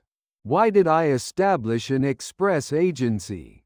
The reason was simple. First, I had lots of money. Second, express agency work is mostly done by subordinates. I just sit and receive money. Very efficient. Third, most decisively, my Bukyong Singgong had secret arts transcending space. In other words, I could instantly transport goods anywhere in the Central Plains. Just by lying in my room and moving a finger. The agency's motto was naturally this: delivery complete in just one step. People in the martial world initially laughed at this absurd express agency motto. But those who entrusted one delivery to Ilbo Express Agency couldn't contain their shock. Deliveries from Beijing to Nanjing completed in a single day. And even the Imperial Palace's secret correspondence delivered in the blink of an eye. Ilbo Express Agency instantly gained fame as the world's foremost rapid delivery agency. Of course, no one knew the secret. I lay sleeping every day in the agency's deepest room, in the softest chair. Ilbo Express Agency's actual management was surprisingly taken on by Seorin. She left the Biho Merchant Guild and came to find me. And though she was dumbfounded by my absurd agency management style, she ultimately took the general manager position and spent her days pouring out nagging. Boss, sleeping again. Delivery requests are piled up like mountains. Get up and at least take one step. Just 5 more minutes. I'm accumulating internal energy through efficient sleep right now. Oof. Seorin struck my back hard. I made groaning sounds and reluctantly opened my eyes. Outside the window, Gaibong's lively streets were visible. Then the agency door opened and a familiar face entered. It was Namgying Chol. He'd now become the Namgying clan lord with an even more dignified appearance. But seeing me, he bowed. Ma, no. Great hero Jin.